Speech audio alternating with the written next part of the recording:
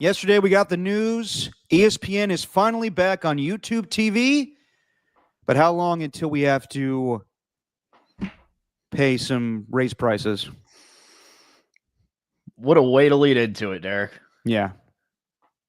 I mean, okay. So, what's happening with the view here? What do you mean? We got a weird view going on, I think.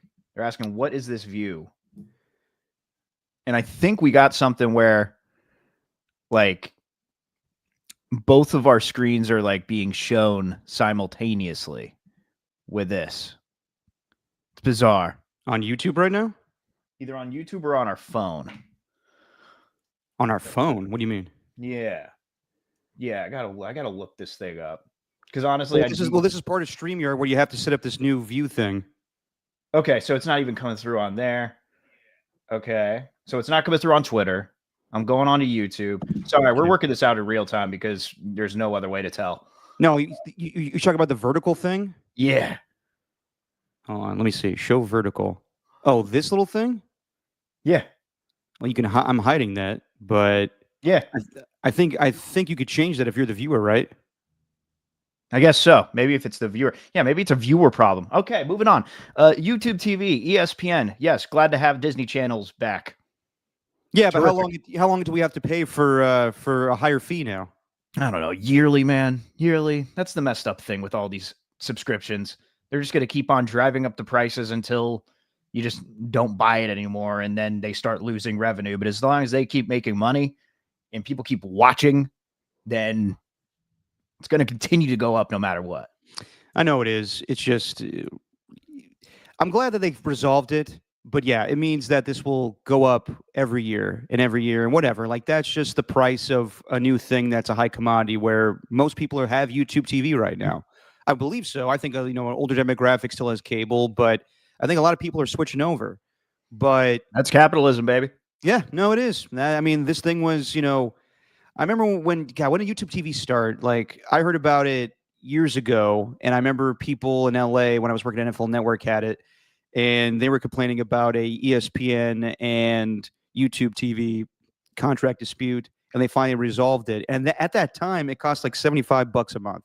Now it's risen to like 85. Soon it'll get to 100 a year, and that's only going to happen when you have NFL Sunday Ticket and all that shit. So the NFL is pushing its viewers to get this product, and it's great. You don't need a cable provider. You don't need, all the hoopla of getting TV in your house, a dish, and all that bullshit that I had in college. It's just if you have good Wi-Fi, you can have TV. But now that so many different companies are involved and ESPN wants to plug its own streaming platform, that's going to happen. I am glad we are keeping our $20 credit, even though it doesn't mean shit. $20, who cares at the end of the day? We pay so much for this. But it's just the principle of the thing where in the email they say we are going to return ESPN, Disney channels back to YouTube TV, and we are going to get you your $20 credit. Yippee, yay. The only thing we were missing is Monday Night Football, and that would suck with the Raiders and Cowboys being on Monday Night Football. I wouldn't want to miss that. But I haven't really missed ESPN too much, if I'm being 100% honest. I haven't been yearning for it, I hear you. It's just, it's the live games. It's I don't give a fuck about watching Pat McAfee or, First Take or any of those shows because I don't watch them. I'm going to work. To me, it's the live sporting events. It's all the NBA games. It's all the college football that we get today. Texas and Georgia playing. It's the Monday night games that we've missed the last 2 weeks. So that's the stuff that I miss. It's just the live games. I want to watch the live games. Live programming, at this point, we see enough clips on social media where you get the gist of what people are talking about. So I don't care about that. I care about the games that we missed out the last 2 weeks. Hell yeah. All right. Just your opinion, man. Steven, you just don't care either way, huh? I really don't. I don't really watch a lot of college football anyway. There's hardly any NBA games on ESPN anymore. There's a few, but not as much as NBC or Prime. Well, Wednesday nights. And also ESPN's programming kind of sucks when it comes to basketball. I know they got the Inside the NBA guys now, but as far as it just being like a pregame and a halftime show, I don't really care for it. Postgame show is really where they start to kind of go off the rails, and that's where you're getting all the fun clips and stuff. But yeah, I didn't really miss it too much, if I'm honest. I'm just like kind of going about my day. Like it sucked not getting Monday Night Football, but that was about it for me. Yeah, I would agree with that. Just your opinion, man. Stephen Langford, Derek Popper, we're coming to you on a Saturday. We'll be talking about the Warriors' last two big wins against the San Antonio Spurs. Some news in the NFL, some sound of the week that tickled my fancy. We'll talk about an unfortunate passing that happened locally here in the Bay Area, and we'll pick some games for Week 11 in the NFL. But, Stephen, you ever been to Hawaii? Yeah. How recently? Probably been like probably like 8 or 9 years. Oh, damn. Okay. Oh, this is the story of where you didn't want to, your family would always go, but you didn't want to go, right? No, that was not the one. That was a long time ago. Well, yeah, but so this was a different trip. But that story I'm talking about was related to Hawaii, correct? Correct. Yes, this was one. That was one when I was like 16. Gotcha. Okay. Parents had a timeshare there. Gotcha. Okay. Okay. We were very fortunate with that, and now we don't have it anymore. Okay, so not to flex, but I'm going to Hawaii tomorrow, and it's for work. It's a business trip.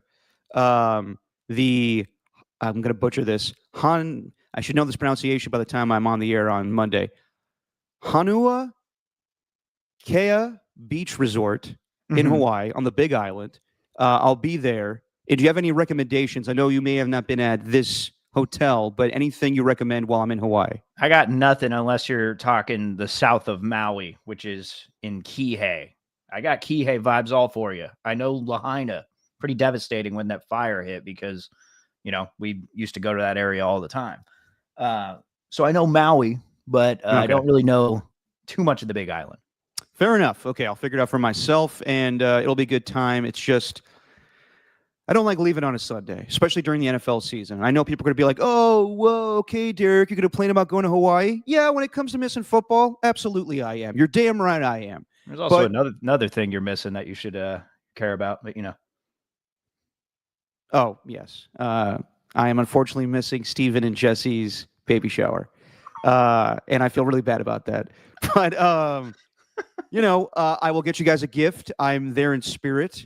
And you guys will be fine without me. I'm sure. We got a lot of people. Okay, so there you go. So A lot of people going. Yeah, you'll be fine. You had to schedule that during football too, but whatever. So yeah, we got a big slate tomorrow, a really good slate. So we'll talk about that. But yeah, I'll be. Have you tried out? You've been traveling around. Have you been on a plane with Starlink yet? I don't know what that is. What is that? That sounds Starlink, I guess, fancy. is this new fancy Wi-Fi that they have on Hawaiian Airlines, where you can literally stream anything. Like if you're at home and you want to watch Netflix or you want to watch YouTube TV, you have that ability on this plane. Huh. So it's like a Roku, but on a plane. Basically, I mean, it's just a Wi-Fi connection. So you bring your laptop, you bring your phone, and you sign in, and it's free of charge, and you're good to go. How about that? Yeah. So I probably won't miss anything tomorrow, but yeah, it's just going to throw me off a little bit. But the only thing though is I'll say this about planes, like that's kind of new. I'm glad we're moving off the taking off your shoes segment of security. They don't really make you take your shoes off anymore, at least at SFO in Portland when I last went. And a lot of places, actually. I didn't have to take them off in Vegas either. Yeah, that's more of the norm now, where when you go to an airport, they won't make you do that. Which, I didn't really care that much, but it's another hassle. I just wish we get to the point where we didn't have to take out our laptops, or what else annoys me? Just like liquid stuff. Like, God forbid I go over the limit of ounces that the liquid contains. I'm like, whatever, okay. And then you have to, confiscate it and throw it out. I'm like, I paid for that lotion or whatever water bottle. Just annoying. Yeah, they took away my hot sauce when I was coming home from Texas last time. They took away my hot sauce. I forgot about it. It was this taco hot sauce. I was really looking forward to it. And they just took the bottle. Supposedly they donate it.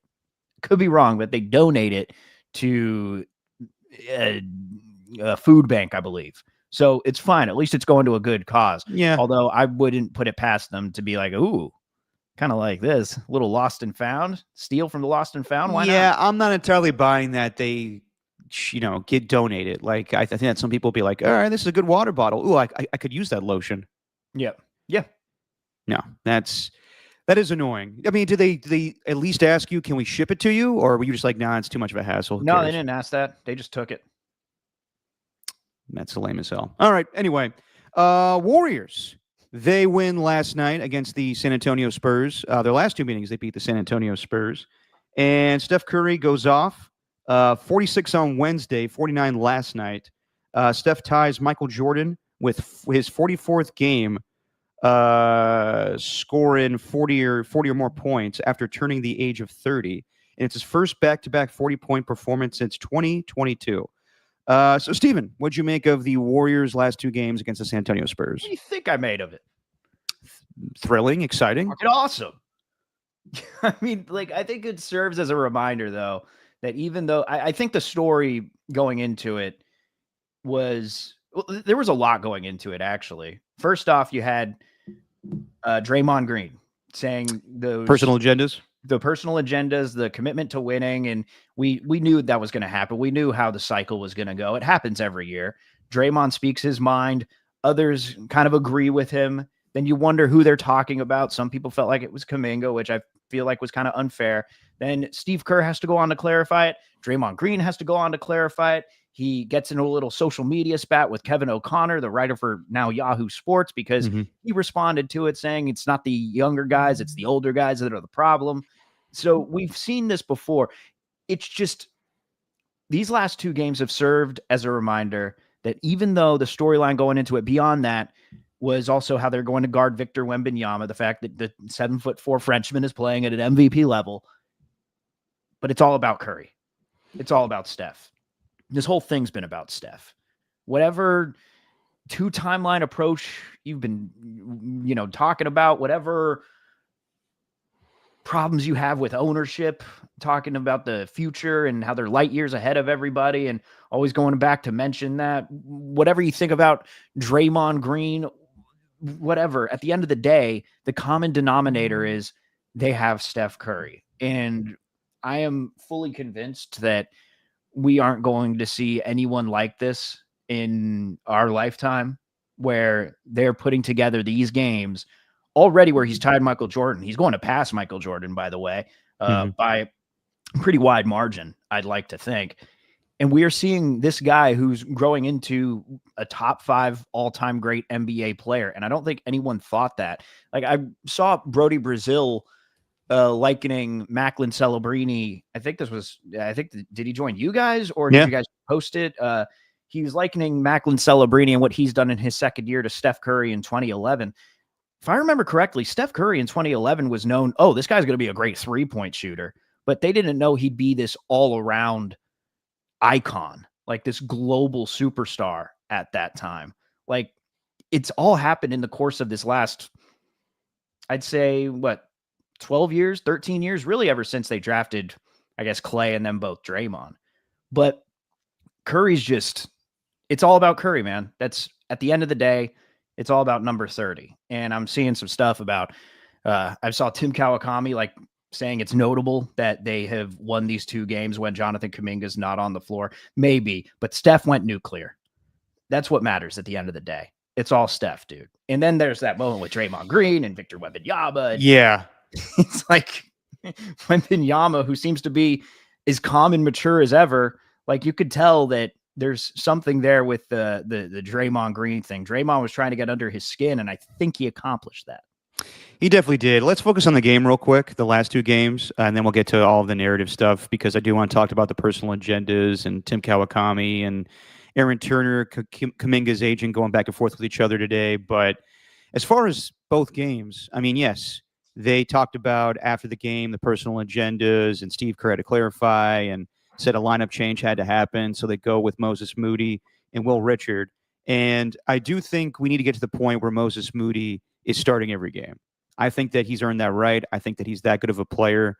And I don't know what that does mean for Kuminga. I know that a couple of weeks ago, Steve Kerr said that he's going to be an everyday starter for us. And I think that was too soon to make that proclamation. I think, or not even a proclamation, just a statement basically going forward that this is our guy. He's going to be part of the starting rotation. And with Steve, he changes things. And now people could go back and say, like, well, you said this, you said that. Also, I will say 10 years ago, Steve Kerr said that Andrew Bogut was going to start, and then Andre Iguodala started. So Steve has the right to change his mind as the head coach, but it was effective. But to your point, Stephen, I think it was effective because Steph Curry and Jimmy Butler went off. But I do want to see we get to the point where Moses Moody is starting basically as that 3 guard, and you have Jimmy Butler playing the 4 and Draymond Green playing the 5. And then when DeAnthony Melton's back, I mean, they were pretty good with him a year ago when he was in the starting rotation. So that may take some time with him coming back from the ACL tear. But yeah, the first game on Wednesday night, they were down by 16. They only scored 14 points in the first quarter, and then they got hot. And Draymond was very effective on Victor Wembanyama, and it carried over to the next game. It was more the game last night was more of a back and forth affair. And I do like the setup now where you have 2 consecutive games for a team playing each other. It's kind of like a baseball feel. You kind of get a good vibe of what this team would look like or what these teams would look like in a playoff series. So if the Warriors and Spurs match up with each other, that would be thrilling to me. It would be a lot of fun. But yeah, last night you saw it the other night with OKC, and we've seen it for the last 2 years now, or the last 3 years, where OKC is this dominant team in the Western Conference, and the Spurs are trying to get there. And last night, the last 2 nights, kind of said to me that this is the passing of the torch where the Warriors, they're still going to be a good team and still have championship aspirations, but the Spurs are going to be that team soon with Victor Wembanyama. And there was just amazing plays where he blocked Jimmy Butler at the rim, Draymond Green and him getting into it. And I'm sure Victor hasn't appreciated all the comments that Draymond has made back in the day about him. Like he shouldn't win Defensive Player of the Year as a rookie. He's just blocking shots. Victor Wembanyama is the first person I've seen to like bully Draymond Green. It's mainly just because of his stature. The guy's a freak, but like the way that Draymond has to go low into him, and Victor's like, do all you can, man. You can't stop me. So I thought just last night was a lot of fun. But yes, the reason that they were so potent offensively was because Steph Curry went off for 46 and 49, and Jimmy Butler was his Robin. And yes, Moses Moody provided some points on Wednesday night, but I will say this is not sustainable with just Draymond with Steph Curry just going off for almost 50 points and Jimmy Butler, coming up second with about 20 points. They need, bigger contributions from everybody else on the team. Sure. But it's all about Steph, man. That's my whole I know point. it's all about Steph, Steven, but like, is every playoff game going to result in him scoring 45 points? No, you wanted to focus on the game. So I'm focusing on the game, like 49 points, dude. Like I am focusing on the game, but for the long-term ramifications, they need to get more people involved. Yes, obviously, yeah. But like last night, I think it shows. Even though the Thunder game was real ugly, and the Thunder really just have too much talent top to bottom, and honestly, they're looking like. I don't know. Just because I can't come up with a better comparison, but they're looking like the 2016 Warriors right now. Like that's just how dominant they're looking in the regular season. They might not go 73-9, but or whatever it was, 72-9. Can't even remember, but the 73-9. But yes, they kind of look like that team. Definitely. Yeah, I mean, they're reminding me of that, where they're just so much better than everybody else. But I think when we get to this point where we think the Warriors just can't compete with the younger generation, there are games like this that remind us that they can. And the Draymond Green thing, okay, you say that Wembanyama dominated him, but Wembanyama's been going much harder on other players around the league, where Draymond actually played pretty damn well. And I think that final possession where De'Aaron Fox, they had 6 seconds left after Chef shot the free throws, and De'Aaron Fox just goes up for the mid-range jumper. I think a big part of that was Draymond. Just boxing out Wembanyama at the end of the game, not letting him tip the ball back in. Like, Wembanyama is going to get his, but as long as you don't let him beat you single-handedly, then you've done your job against the Spurs. And really, no one's been able to do that this year because he's been averaging like 30, 10, and 10 or whatever crazy numbers he's been putting up, even more than that with the rebounding. So even though Draymond may have got dominated, supposedly, like he did, like he did against Wembanyama's been much worse for other guys against Wemby this year. I think Draymond did a fine job on this player who is going to probably be an MVP one day. I'm not saying that Draymond dominated him as far as like, or I'm not saying Victor Wembanyama dominated Draymond as far as like just scoring on him. I'm just saying like in his stature, like the way that they were like, nose to nose at one point and talking shit where he dominates or towers over him in his stature. It's crazy. But Yeah, no, because Victor Wembanyama is, like I said, he's just freakishly tall. But yeah, Draymond was very effective. I want to say on Wednesday night, Victor Wembanyama had 8 turnovers, and I think he shot like 2 for 10 against Draymond. So Draymond's one of the better defenders. I mean, he might be the best defender in all of basketball. But yeah, we know that Steph Curry can go off, and it's electric when he does. It's must-see TV. It's probably the biggest spectacle in all of sports to see him just own a team, own a moment. But what we saw last year, where he is getting older, most of the team is older, and I don't know if it's sustainable to expect him to put up that offensive output every single game when you're in a 7-game series or a 5-game series, even when you're going up against the Timberwolves and he's out with a hamstring. So Yeah. that's my only thing is, yes, obviously Steph Curry could be a championship player still. That's obvious. And Jimmy Butler can help him out.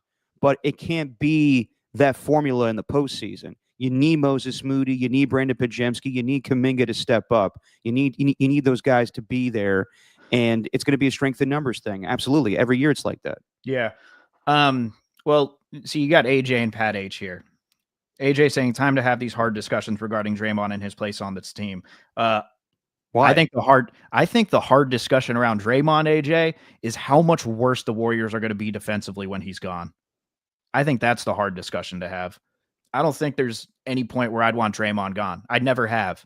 I've never wanted Draymond gone. I know a lot of people in the chat just can't stand him, and I think a lot of it's really personal, to be honest, when it comes to evaluating him. But as far as his IQ, how much he's directing players on the defensive side of the court, like Steph's there, but and sure, and you're right. You're absolutely right, AJ. If Dre can't keep himself on the court, then he's of no help. But when he is on the court, he is getting to the point where I think someone posted the stat off.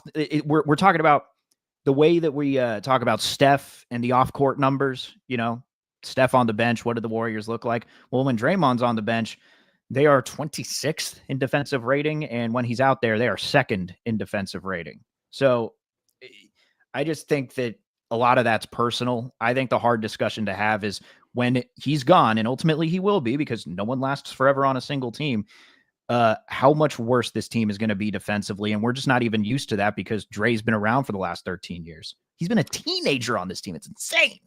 Yeah. And I think if you are expecting him to be gone before his contract ends, then that's delusional. I understand like people don't like him and his antics, but at this point, why now would they get rid of him? Like, wouldn't it be after they, he punched Jordan Poole or all the other things, or when he went to therapy supposedly? Like, why now? I don't think his game is slipping. I just think that it's early in the season, and there's some games where the Warriors just don't give a damn. I think that when they went on the road to Milwaukee and Giannis wasn't playing, they didn't give a damn. I think when they went to Indiana the first time, they didn't give a damn. Yeah. I think that, Draymond bringing up the personal agenda thing, that's funny because I would love for a young player to be like, I think sometimes some guys just lack enthusiasm for a game. And I understand that they play 82 games a year. And it's tough on the older players, but if you want to be that team that competes in the Western Conference, sure. I don't think you can have this lackadaisical attitude anymore of, well, we'll just go through the motions sometimes the regular season. The Warriors pick and choose which games they want to show up for. And I know that they were all in when they were much younger 8 years ago when they were the 73-9 team, when they looked like the OKC Thunder right now. Well, okay, well, hang on, but you remember them talking about those teams, though. They were barely even bought into those games. They were just so much better than everybody. Yeah, but they had a goal in mind. Like they for all the shit that was talked about when they won that first championship, like, oh, they had the easy road in the postseason. Sure. This guy was hurt. You didn't play the Spurs. They wanted to prove something next year that it wasn't a fluke. So that's why they went for the 73-9 team. And then when they got Kevin Durant, yes, they pick and choose which games they wanted to play up for in the regular season. And it wasn't as fun, but they knew that they could turn it on in the postseason. I don't know if they have that ability anymore. I don't know. Like, yes, Steph can go off any single night, but I don't think they have the ability as an older team now to be like, all right, now we're going to turn it on against OKC. Now we're going to turn it on against the Denver Nuggets in the postseason. I just don't see that happening. Yeah, but you said that after the Thunder game. You said something similar to that. And then they just turned it on against the Spurs, the young and up-and-coming Spurs. Okay, but that was 2 games, though, man. Yeah, but you don't... Okay? But, like, they can't flip your mind at all. You're still just going to stay the course with that one? Yes. Oh, all right. Well, I mainly because Steph. I mean, Steph is electric. Steph was sick for a good deal of time, and then he went off against the San Antonio Spurs. But do I think that's enough to get them by in a 7-game series? I don't know at this point.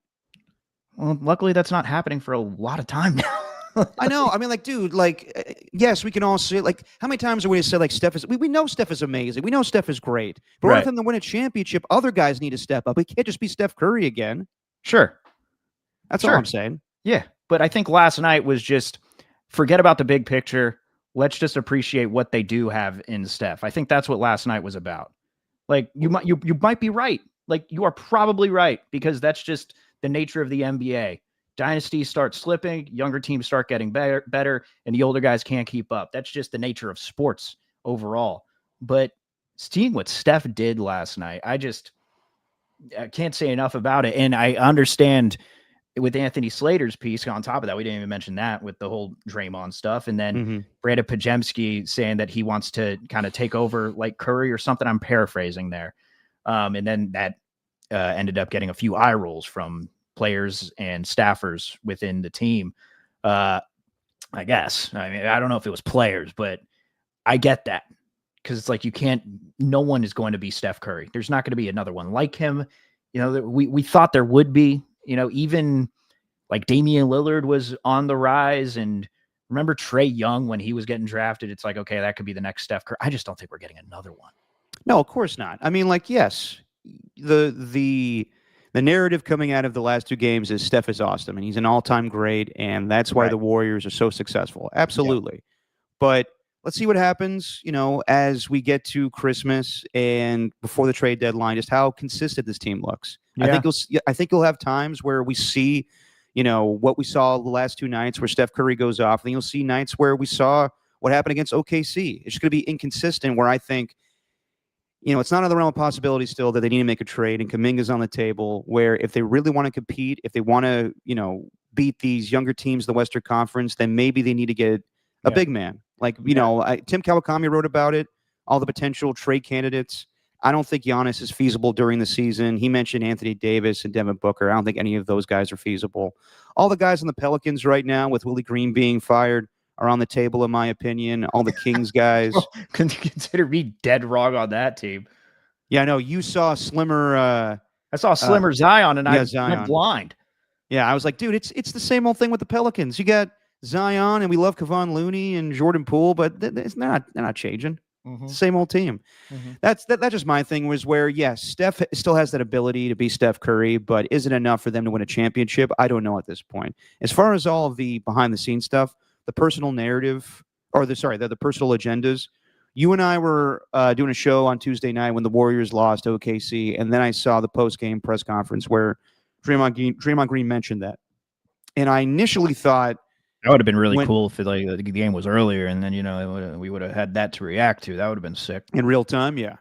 But I saw him bring that up, and the initial question from Anthony Slater was, why do you think this team is not playing as hard as when you acquired Jimmy Butler? And the truth of that, question is because it's not that time of the year yet. Because when they acquired Jimmy Butler, before they acquired Jimmy Butler, it was where they were 10th in the Western Conference and on the verge of not making the postseason, and their backs were against the wall. So they had to play with urgency every single night. Now it's the beginning of the season, so you're not going to have that same intensity. But Draymond said it's because, we're not playing as hard. And then it led to, I'm paraphrasing as well, but it led to Anthony Slater saying, is it because people have personal agendas? And then Draymond Green went with that. And I think he went with it because that's the phrase that Anthony Slater, put to him. But everyone keeps talking about how Draymond Green doesn't mince words. He knows what he's saying. So my initial reaction was he might be talking about Kuminga here. He might be talking about Kuminga because Kuminga's been that guy we've seen in the past where he'll go rogue with the offense, and he has his own personal agenda to score points and not get rebounds and pass the ball. But that was last year. That was not this year's Kuminga, even though in recent games he has slipped a little bit, but he's been, solid for the most part. But I thought that was the case, but maybe I thought that he was just talking in generalities about how, we're just not in sync right now. And Jimmy Butler kind of, I loved how some people were reacting the next day with Jimmy Butler's comments saying how guys need to, play defense better, get better stops. the Dan Lebitard show, and a lot of people are like, "Here we go, same old Jimmy Butler." I'm like, "Yeah, but that he was more demonstrative. He was calling out guys, by name back in the day when he was with Minnesota or the 76ers or Miami. That was different on Wednesday night." I guess, but they do make a point where he's got money right now. And when it comes to contract talks, we could be looking back at this and thinking this is the start potentially of whatever happens, because it does happen with Jimmy Butler time after time. But with every team, really, the Heat, it was just more extended because of the contract situation there. But I think it's not the same, but it could be something we look back to if it all unravels. Maybe not. Maybe it's just kind of an exception. Last night, you saw him yelling at a coach at the end of the game. I don't know who that was. That didn't really get any publicity because it was. I all saw about that Steph. too. I didn't know if it was just. I thought it was weird because the game ended. Yeah, didn't look like much of a celebration between those two. It didn't. I don't know if he was. At first, I thought it was an opposing coach. And I'm like, who is that guy? Yeah. And I don't think anybody got any clarification on that one. So I just let it go. But yeah, I did think that was awkward last night. It was a little weird. But like, did you make a big deal out of the personal agenda thing? Because initially I did think he was talking about Kuminga, and then Anthony Slater has that article where he says people kind of rolled their eyes at Brandon Pajemski. And not to go full Kevin O'Connor, but I kind of agree with him where it's like, why do you guys care so much? Like, it's good to have aspirations. It's good to be, I understand, like, okay, Pods, you think you're Steph Curry. But like, the guy has goals. He's just confident in himself.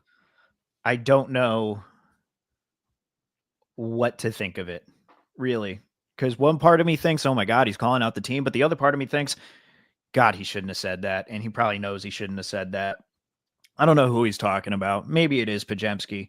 But, okay, goals and confidence is one thing. But Pajemski hasn't shown, like, Draymond's getting called out for his lack of consistency from the chat. You want to talk about a lack of consistency? I think that's Pajemski. Like, you may be getting a lack of consistency on the offensive end from Draymond, but defensively, I think you're getting what Steve Kerr calls the best defender that he's ever seen in the NBA. I think you're getting that on a nightly basis. So I don't know who he was calling out. He shouldn't have done it. Like, that's the bottom line, is he shouldn't have done it, because it's just going to create a bunch of noise around the team that you don't really want.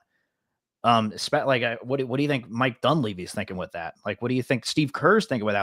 Like, what if Kuminga does think it's about him, even though it's not? It was a whole thing. It was weird. And then there's people bringing up the fact that Butler had Kuminga over for dinner, and he's really trying to become a mentor to the guy. And it's like, oh, there's some division here with Jimmy Butler and Draymond. Now we're finally seeing these two alphas clash. I don't know. I don't want to read too much into it, because there's probably nothing to read into.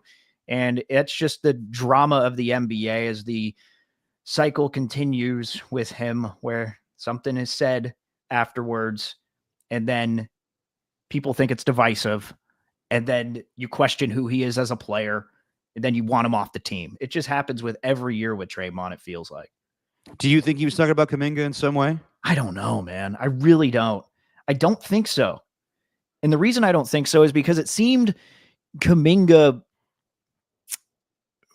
by everything that he said and done, I truly think that he did buy into what the Warriors were selling. I don't think he was earlier, but I really think that he was buying into it. And then when Steph went out, he started pressing and tried to become the star. And I don't know if he was talking about him. Maybe there's others on the team that Dre was talking about. But I'd like to think that if he really had a problem, he wouldn't go forward with it to the media, and instead would talk to him face to face. I would think so too. Man to man. Stand on your word, brother. Yeah. I think that Draymond only answered that way because Anthony Slater brought up the personal agenda. Anthony Slater did he did his job. He followed it up. Like, you're not supposed to just leave that. But Draymond also kind of danced around it too, being like, I think it's good to have personal agendas when you're a player. Personal agendas are not a bad thing too. He did say that. It's just interesting where I don't know if Kuminga was out of the starting rotation because he was hurt, he was dealing with knee soreness, or because it just flows better with Moses Moody and Will Richard, where everybody's in sync a little bit more. And yeah, after the first San Antonio win, they were talking about how that's the way it should look. And again, that was mainly because Steph Curry and Jimmy Butler went off. Yeah. But I don't then, know. but then, like last night, it flows pretty well too without Kuminga, and it is worth noting. I just don't know if that is the case because we'll find out pretty soon when Kuminga's healthy if he's back to the starting rotation. But I do think it's fair, even though I hate this guy. I do think it's fair for Aaron Turner to defend his client and be like, you don't know necessarily that's why the team is performing well. It's because Steph scored 49 last night. That's why the team performed well. And Tim Kawakami's allowed to bring that up as well. But I don't think we should have, this universal opinion right now that, yes, Kuminga is the reason why the offense wasn't performing well. And that's why, when they changed the lineup, that's why things have changed. I think it's mainly because Steph Curry went off. That's why the offense changed. Yeah, that's my thing. It all comes back to Steph. Like, I don't necessarily buy into that the offense was moving better without Kuminga. I don't because they were moving just fine with Kuminga in there. It's just when Steph got sick, really, that's when everything changed. It all comes back to Steph. Yeah, like those back-to-back games in Indiana and Milwaukee. That's when he started feeling it.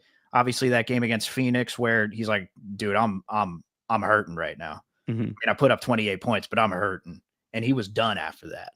So I think it all comes back to Steph. Like, I'm sure maybe the offense did look smoother with Richard and Moody out there, but I'm not going to jump to that conclusion. I thought Kuminga was playing great, and that would go against everything that I was saying about Kuminga earlier. Like, I can't just talk about how well he's playing and then just come back and say Will Richard and Moses Moody are flowing better within the offense. Like, that'd be hypocritical of me to say. I don't buy into that. It just all comes back to Steph, man. Of course it does. And yeah, that's why, that's why it's so important that I don't care about the games where Kuminga goes off without Steph Curry. That doesn't matter to me. The championship moments are going to be, does Kuminga perform well when Steph Curry is on the court?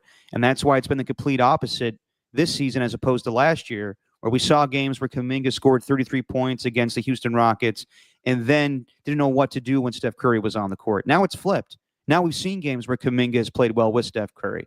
The bottom line, though, is other guys do need to step up. It can't just be Steph scoring 50 points and that's how you're going to win a championship. That is not reasonable. That is that's probably not going to happen. But I do expect these guys to step up when Steph is out.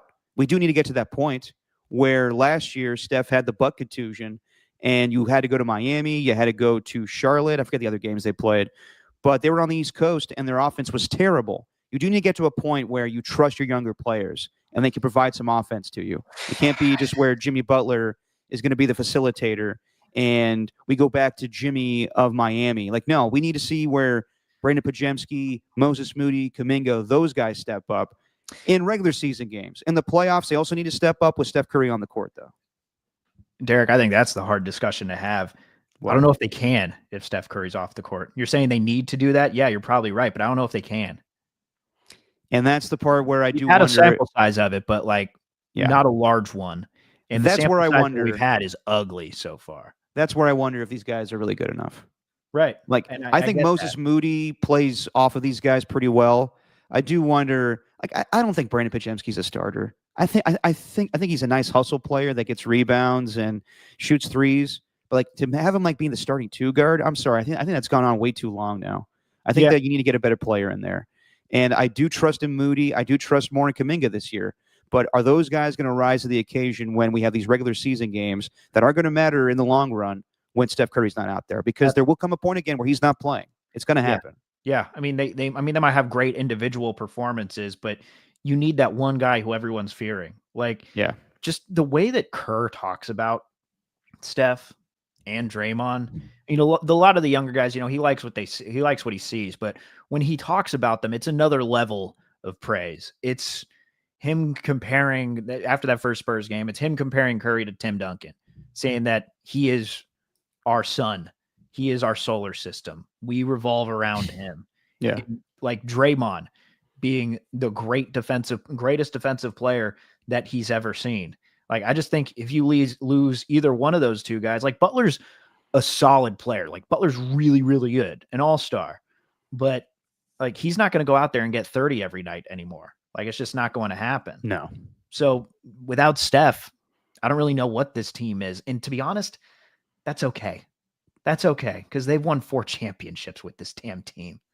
Yeah, but it wasn't just where Steph was carrying the team, though. Maybe he was. He was in 2022. Andrew Wiggins was there, sure, but it was Steph. Andrew, dude, Wiggins was playing really well. He was and awesome. and so was Kevon Looney. That's what I'm saying is just like a little contribution like that. Like, yes, okay, Steph was a superstar for 2022, absolutely. And the other times it was strength in numbers and Andre Iguodala coming off the bench and Kevin Durant. But 2022 is where Steph was the true MVP and how you saw how great he was. Right. I think Steph is amazing. I don't think he could do that again. It's just he carries the team where he has a 45-point performance like he did in Boston in what was it, game 4. I don't think you're going to get that Steph Curry continuously through a playoff run. Maybe not, but I think you can get him to score. I mean, he still gets 25 easily. Like, that's a bad night for Steph. Yeah. I actually believe that he can. He just hasn't had the opportunity. Well, Last year didn't. I don't think he's slowing down anytime soon. I think that we're talking about the next 2 years with Steph Curry because he has that contract, but I think he can play well into his 40s. And I wouldn't be the least bit surprised with this ownership group that they want to hang on to Steph as long as possible. And they just say, we'll write you a blank check, whatever you need, man. Just you stay here as long as you can. Yeah. Stay here. See, Ernie, this is the mind game that he's playing, Ernie. Local radio host doubts Steph, and he took that personally. This is reverse psychology because everyone knows that Steph listens to Just Your Opinion, man. Damn right he does. Everyone knows that. By the way, how about just not even just the stuff going on within the team? How about Steph having that game after he parts ways with Under Armour? How about that? Like, that's just, I mean, come on, man. That's just throwing egg in their face. It's great. People make a big deal about shoe deals. I could give a shit. Right, but it was a big deal to a large market of people. I understand that. And it was breaking news, and Shams Charania tweeted out, me personally, I know that's like a big thing with NBA players. I do not care. Okay, but Steph does. And the fact that he scored 49 on a Friday night, I think just shows everything. You think that was extra motivation where he was leaving Under Armour to show everybody he's still that guy? Well, maybe, because I didn't even notice this. But the way that they haven't like marketed Steph as much as they could have through like these performances that he's had, I do agree with that. And I do think there was a little bit where it's like, yeah, everyone knows about this now. I got to go off, show them that they made a mistake. I mean, Steph is the petty king. I wouldn't doubt that. Just I hear that. There is an interest in that stuff. Me personally, though, if you told me that Steph Curry, or like Michael Jordan tomorrow broke it off with Nike, I'd be like, wow, that's significant because he's been with them for 40 plus years. But whenever like a current player leaves their shoe company, I'm like, okay, cool. Well, I'm not going to try to convince you why it's a big thing then. I understand why. Okay, why is it a big thing? Well, because he was on his way to being the next Michael Jordan for that brand, and they just broke it off. He had a lifetime deal set up, a near lifetime deal.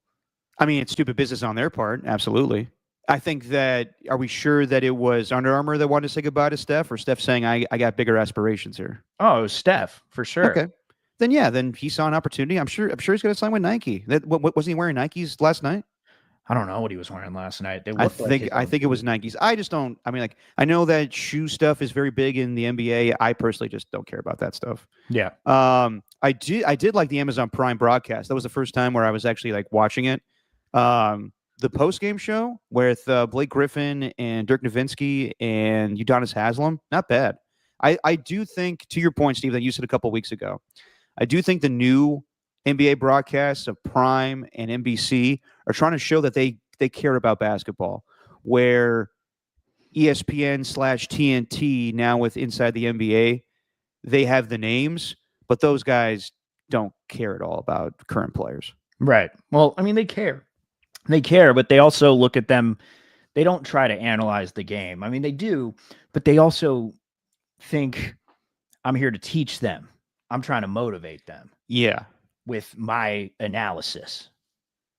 So I don't know, man. I haven't really watched any pre and post too much honestly, I've got so much going on. It's hard to just sit down and watch to enjoy pre and post game things, you know?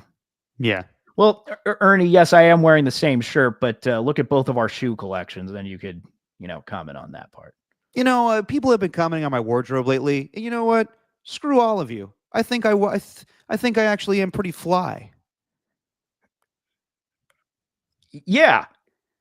What's wrong with what I wear? I'm not trying to be the most fashionable person. I wear a t-shirt and jeans. Who gives a shit at the end of the day? No one really, but you are on like camera, Not camera, but like it's radio at the end of the day. Just wearing it. Like, what do you want me to wear? I don't know. You're on YouTube. Like, spruce it up a bit. Yeah, I've never cared about clothes. Honestly, yeah, never cared. I gotta find this. God damn it, I gotta find this because I saw this yesterday. I don't know why he was on. I think he was on. Oh, it was 3 weeks ago. Okay, so I saw this 3 weeks ago. You are Larry David. Me? Yeah, you are Larry David. I probably am. I've also been told I'm George Costanza lately, so I don't know how to take that one. But he was. All right, hang on. Okay, here we go. This is it. All right, Larry David on Seth Meyers talking about living in an apartment on his own for the first time. Okay. Financially. Oh, financially? Yeah. Oh no, it was not good. I did not earn a living. Yeah. I had You're a doing fine. rent-controlled apartment. You're doing fine in that That's what regard. saved me. Thank you. And my parents gave me all their dishes. Yeah. Take to the apartment because I couldn't afford to buy anything. They gave me all their old furniture. It Yeah. looked like their apartment. Yeah. So the dishes I would have to cook. I'd have to because I couldn't afford to eat out. Gotcha. I would go shopping and cook. How do people do that? It's crazy. How do people? Yeah, it is crazy. It is such a waste of time. Yeah. The shopping and the cooking and the boiling and the chopping. Yeah. And the cleaning. The Again. cleaning. And by the way, we are speaking Not about a this time where part. you had nothing going on as well, right? Yeah. Next part. Yeah. And it was still a waste of time. Yeah. Still. Yeah. And so I would cook and I would notice, the dishes kept piling up in the sink. Yeah. All their dishes, all their china. And So the when you forks. said cleaning, it was the idea. Well, the idea of it, Yeah, yeah. yeah. And so I thought, why do I need, nobody ever comes here. Yeah. Why do I need all these plates and forks and knives and spoons? So I threw everything out except one of each. Wow. Yeah. And then after I ate, oh, look, there's one plate, easy. I got it.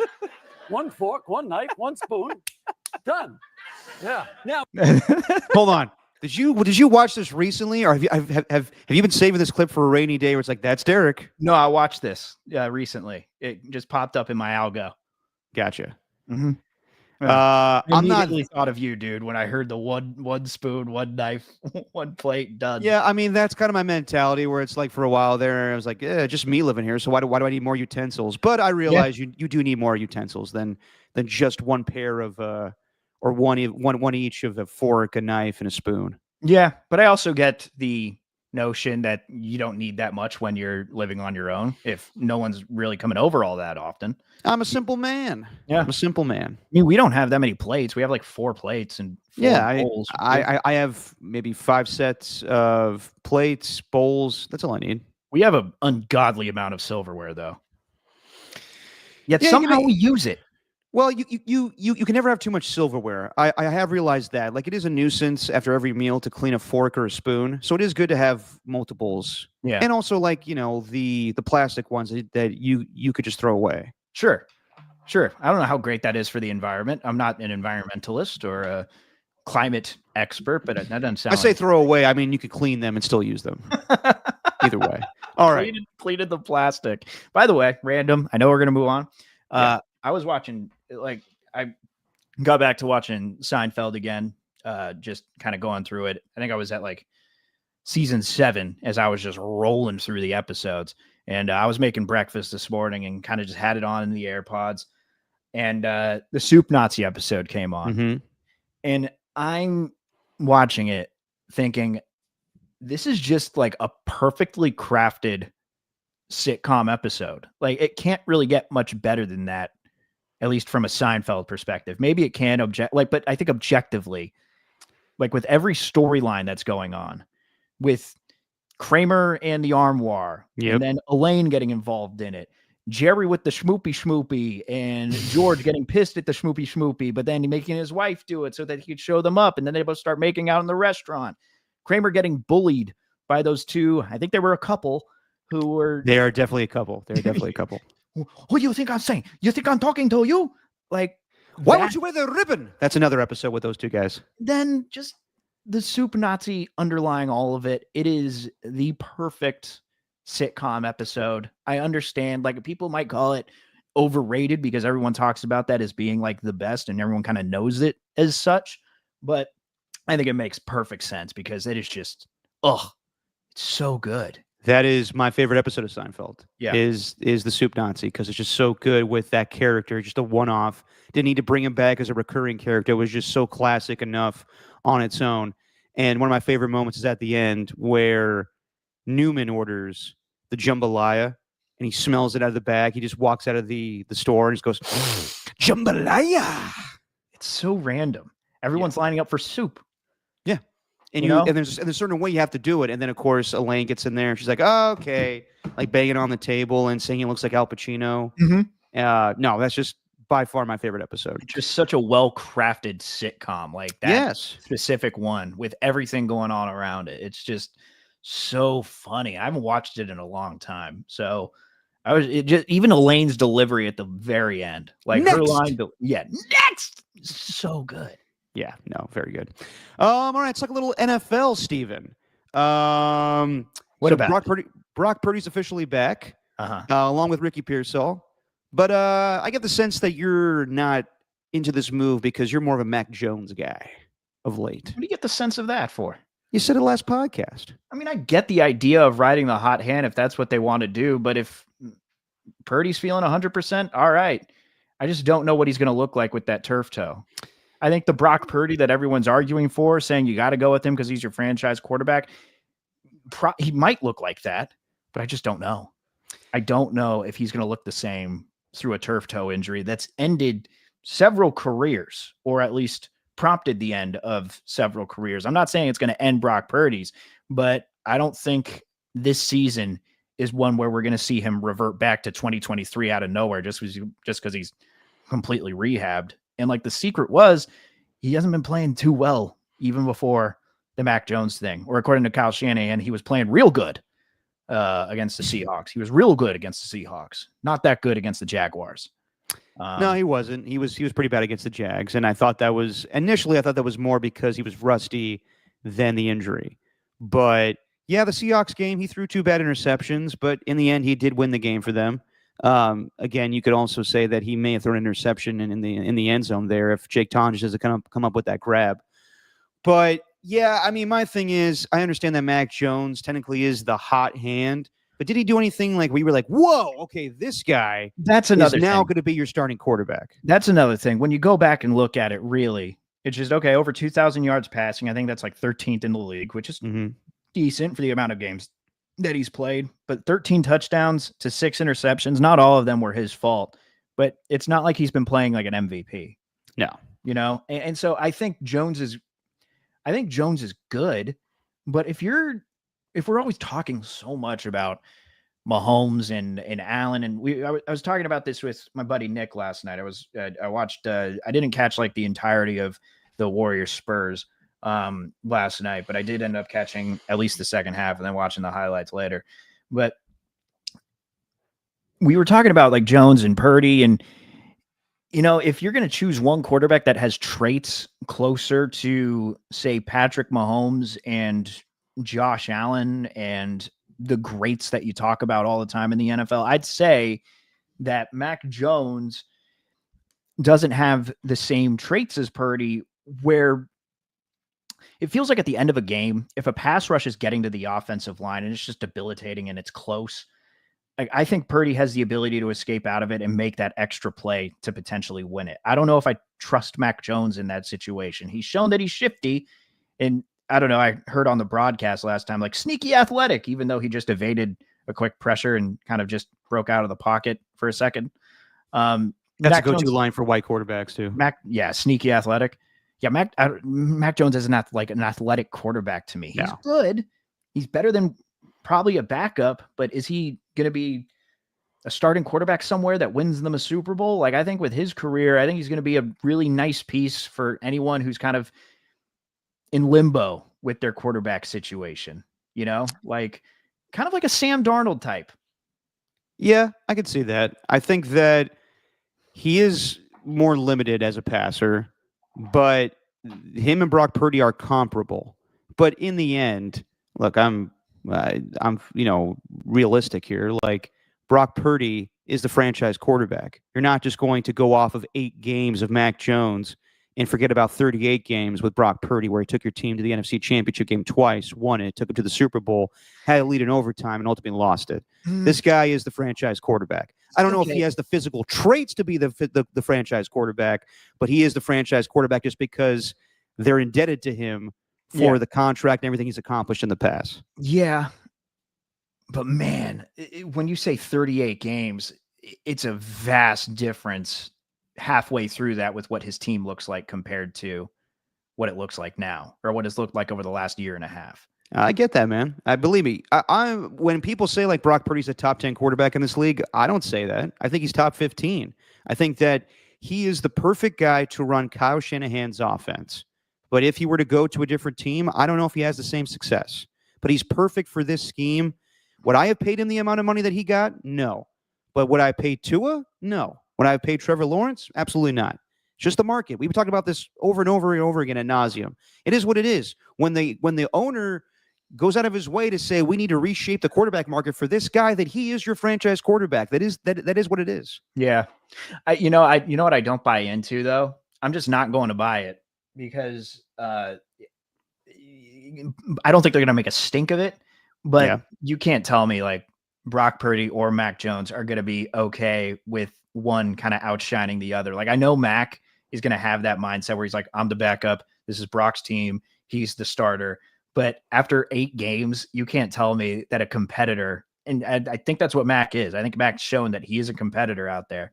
Like, I don't think you could tell me he's sitting there just thinking, damn, good job, Brock. Like, I think there's a little piece of him says it should be me out there. I could have done that. Yeah, absolutely. And that's why I think it's going to be really hard for him to stay on the team next year. Like, let me ask you this question, since the Niners and Cardinals are playing each other. Who is more likely to stay on their current team, Mac Jones or Kyler Murray? Oh, God. I don't think either of them are going to stay on their team. So it's like, who's more likely? Who's more likely? Probably Kyler. Yeah, because it's harder to get rid of that contract. Yeah, like they got the contract sorted out. So if you had to tell me who's more likely, but I still think Kyler's gone. I think so too. I think most likely, I heard it yesterday, Larry Krueger was talking with us. There's a trigger date in the contract where he's due money in 2027 or 2028.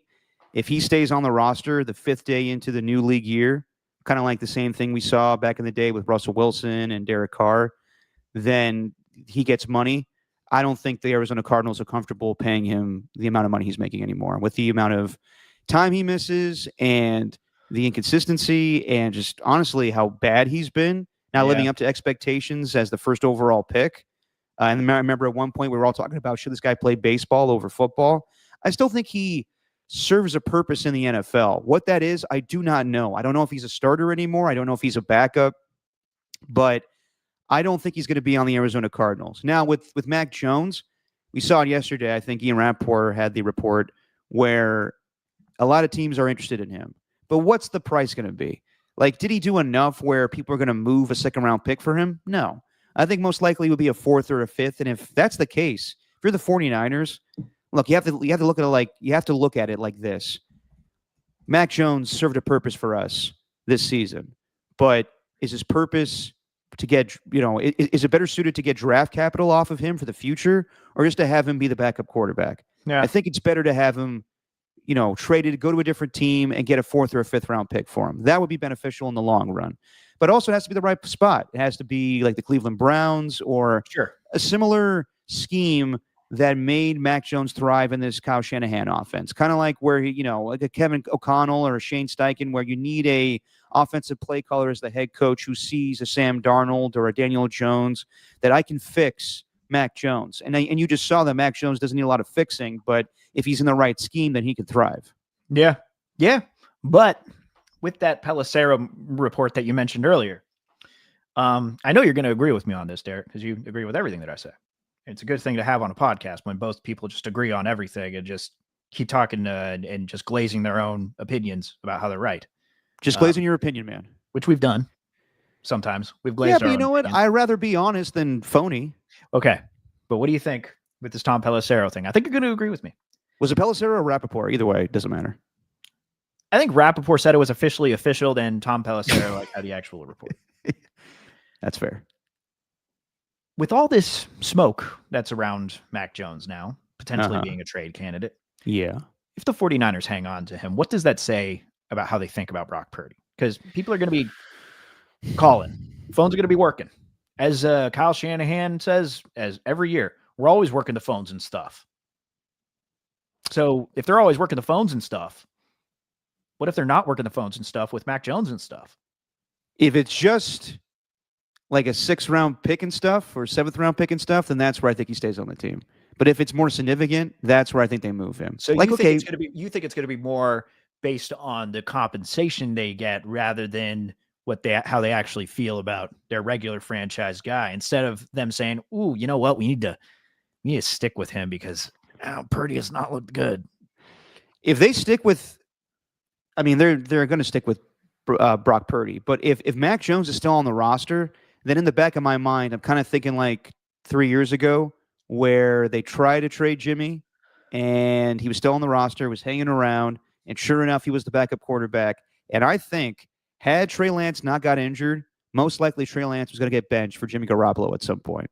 Yeah. And I think the same thing could be in play, where if Mac Jones stays on the team, that's just going to be in the back of everybody's mind, and especially in Brock Purdy's mind, where that is a possibility. But you already know there's a segment of the fan base too that feels of course that this needs to be the move. And as I said last podcast, that's a bad thing. That's a bad thing where the fan base, even though most of these fans, these same fans that were talking, or reacting to Gerald McCoy or name it 3 years ago, they were talking about how Brock Purdy's not an elite quarterback, saying, take that back. He's a top 10 quarterback. How dare you? Those are those same fans now that are like, I don't know about Brock. I don't know. You should be paying him $45 million a year or $53 million a year. That's just way too much. I like Mac Jones better. Sure. You're saying that now because he's the hot hand and he's cheaper. But Brock Purdy, you were all in love with Brock Purdy at one point. You were. When he was bringing you back in an NFC Championship game against the Detroit Lions, he was the man. Yeah. But I know we've done this. And I was thinking about it, though. I know we've done this. I know we've moved off the idea that Brock Purdy has shaken that last overall draft selection, and the evaluators made a mistake in thinking that he wasn't going to really be anything. I mean, and that includes teams. But what were teams seeing? I still wonder that. Like, I understand that he's better than a last overall pick, but what were teams seeing out of college? Did they just misjudge his tenacity? Did they misjudge how well he was going to read the defense? Did they misjudge how well he'd fit within a specific system? But I do think there are certain flashes at times that remind you like, oh, well, he was a last overall pick. Yeah, and of course. There's certain things that they were seeing that they did not want to take him. So I just wonder if that's going to rear its ugly head at some point. Like, I don't really know if he's completely shaken off that last overall draft pick label, because I just don't think that draft experts and teams are flat out wrong every time. Yeah. Dude, he'll never shake it unless he wins a Super Bowl. Right. Like, we would have thrown it in Tom Brady's face had he stayed the starter with New England and never won, saying, well, he's, 6th round draft pick. If Kurt Warner never won, he's like, well, he's an undrafted quarterback. That's why he has all those turnovers. You can't change a narrative until you put it to rest. Yeah. And that means winning a Super Bowl, because then you're cemented. It means that you accomplished what you set out to do, and now you prove the haters wrong. Yeah. But until that time, the local media, the national media will always go back to Brock Purdy being the last pick in the draft. So I think it would be detrimental to Brock Purdy's long-term success if Mac Jones stays on the roster next year, not because anything's going to happen in the locker room. And I don't think that I think we make a big deal about like, well, he's on the team, so if the media talks about it, then it's going to be a distraction. I think that's overrated. But I do think that if you have value for Mac Jones, then take it. You're trying to build this team up again. You're trying to get younger. If you're offered a 4th-round pick or a 5th-round pick for a backup quarterback, yes, absolutely, make that deal, 100%. Yeah. Okay. Well, let's look at it this way. All right. Okay. Let's just assume Mac Jones is gone. All right. Let's just assume he's traded. All right. We've seen this back-to-back years now where they have managed to take just some free agent quarterback who doesn't really have a landing spot, doesn't have a home, don't really have a destination. Maybe people have given up on him. I got one for you. Kirk's actually a really good one. I didn't have that. It's a good one. All right, what do you got, Kirk? You ready for this? You're gonna be Go for pissed it. off. And I'm saying this for shock value. I'm not saying this because I believe it. Geno? Zach Wilson. I can see that. Yeah. Zach Wilson. That doesn't piss me off at all. No, I could definitely see that. Zach Wilson's at the point in his career now where he's a backup and should go from team to team. Yeah, I definitely can see that. He's been with Mike McDaniel. Yep. He understands a little bit just inherently just with them two growing up together. Like, I think that's the next one up. I think you're going to find Zach Wilson's the backup to the 49ers. Next. I could see that. Dude, I could see if the Dolphins release Tua, I could see the Niners trading Mac Jones to Miami. Yeah. If Mike McDaniel's still there and it seems like he's got, a better vibe going on with the team right now. But yeah, I could definitely see that. Go. Use that on KMBR. We're not getting as much reach as your station, so feel free to use that. You don't need a credit before it. No, I got you. It's all good. I have before, like when you sent me that thing about Steve Kerr talking about Will Richard better than Kuminga. Oh, that one? Yeah. I used that take and I was like, my buddy Stephen Langford was texting me this morning and no one knows who the hell I am. You don't need to do that. But I don't give a damn. I don't like taking credit for things that I didn't come up with. Yeah. Yeah. Heard just unless it's a nice rejoinder with KD and Creed mixed together. See that, Pat? Yep. Shanahan's going to resurrect the entire 2021 draft class besides Trey Lance. What's Trevor Lawrence looking like next year? What's his contract up? He'll never go after Justin Fields, though. That will never happen. Hey, Justin Fields is not Kyle Shanahan's cup of tea. Trey's a free agent. I don't think Trey will ever go back to Kyle. I don't think that's happening. Jimmy's a free agent. Yeah, no, I don't see that happening either. Your boy Carson Wentz is a free agent. I can see Carson Wentz. I can see that being an option. That's one. I think that's absolutely one. Yeah, really. Speaking of backup quarterbacks, or I guess Kirk Cousins, I brought up briefly. Did you see what Michael Penix said this week? How nobody communicates with him? Yeah, like a reporter asked him, "Is there anybody that kind of pumps you up or gives you praise when you're down about your performance?" And he was like, I mean, on the field, really nobody. Off the field, my girlfriend does that for me, but like on the field, no. And I was like, damn. Like Raheem Morris, Zach Robinson, your offensive coordinator, Kirk doesn't do that. I'm sure behind closed doors, those guys do. I don't think anybody wants them to fail. I just think that it's a possibility that he's not really understanding the question. Maybe. I didn't see the question really. I just saw the quote and I was like, ooh. Yeah. I thought that was pretty like don't make it seem like you're like in that situation. You don't want to see you don't want to be like a sob story. So I would just be like, yeah, I get praise from my teammates, but like when you do it like that, you're like, woe is me. Oh no. Yeah. Speaking of quotes from this Mac Jones to the Raiders, how about that? Dude, we got to see what happens with Geno. I think that there's 3 quarterbacks you got to look at with their contract situation this offseason. Kyler, Tua, and Geno. Are they making too much money for what they're doing right now? Yeah, I would think so. So as far as quotes, I want to play some sound bites from some coaches, and some players this week. The best sounds from the NFL during the week. And I sent you some clips, Steven. Let's start with Mike McDaniel, if you have that one. Hang on, give me a sec, dude. Okay, so I'll set it up. This message board, this new thing that Yeah, I don't like it. update on X, it's too much. I don't need a passcode to get in my DMs. No one's trying to force their way into that. Yeah, I don't like the passcode, and I don't like where you really can't see who sent what. Yeah. Like it's like just it's all just there. So Mike McDaniel and the Miami Dolphins beat the crap out of the Buffalo Bills 30-13. And a lot of Bills fans live in Miami. There is a club. I don't know what part of Miami it is, but there's a club or a bar called the Elbow Room that frequents a lot of Bills fans. And I guess after the game, you see Mike McDaniel drive down the road next to the Elbow Room. Yeah, man. And I don't know if he's calling out the fans. I don't know if he says anything, but he just wants his presence felt. So then there's video of this, and they ask him the next day of practice, did you show up to the Elbow Room the next day to talk trash to Bills fans?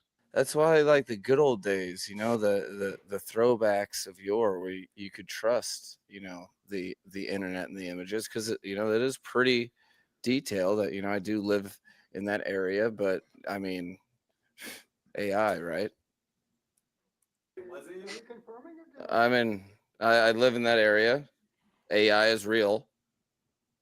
That's what I got for you. No, for the record, I did not answer it. That's the punchline of the humor.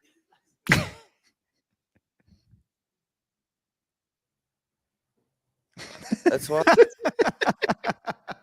Okay, it's bad when he has to explain the joke, and the reporters killed it.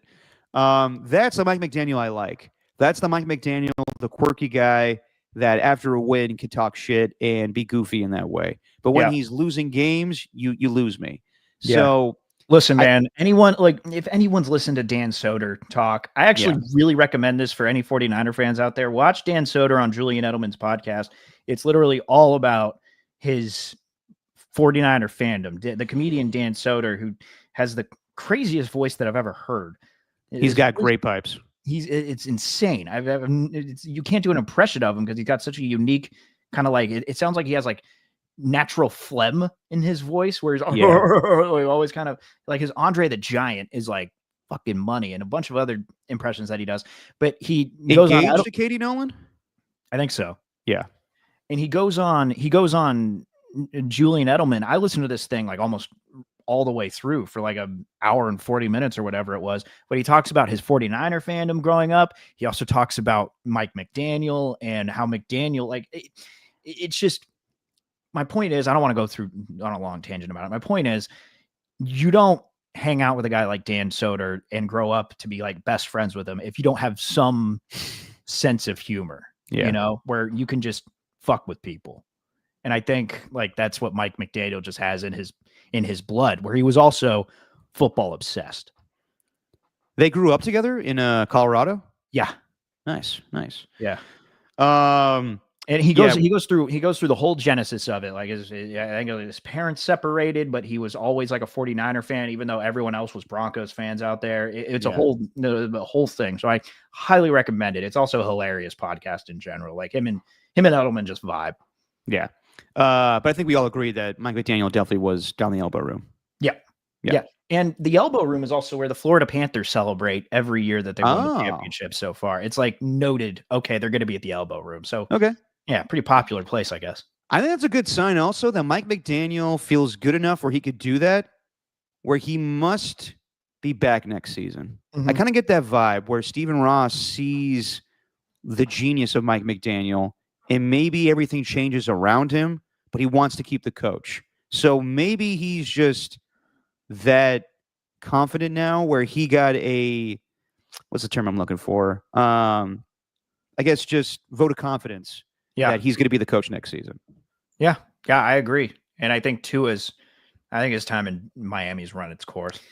I think so too. That's why I think Mac Jones could be an option. Mm-hmm. Let's go to Nick Sirianni. So you and I played the clip last podcast where Nick Sirianni was giving the reasons for why they went for it on 4th and 6 with I don't know, 20 seconds left where they could just punt the ball and win the game. He went into a convoluted answer where he was talking about how, well, the trajectory of the kick and the wind and blah, blah, blah, and all that stuff, when the bottom line is you fucked up. Just take accountability and say that it was a bad decision.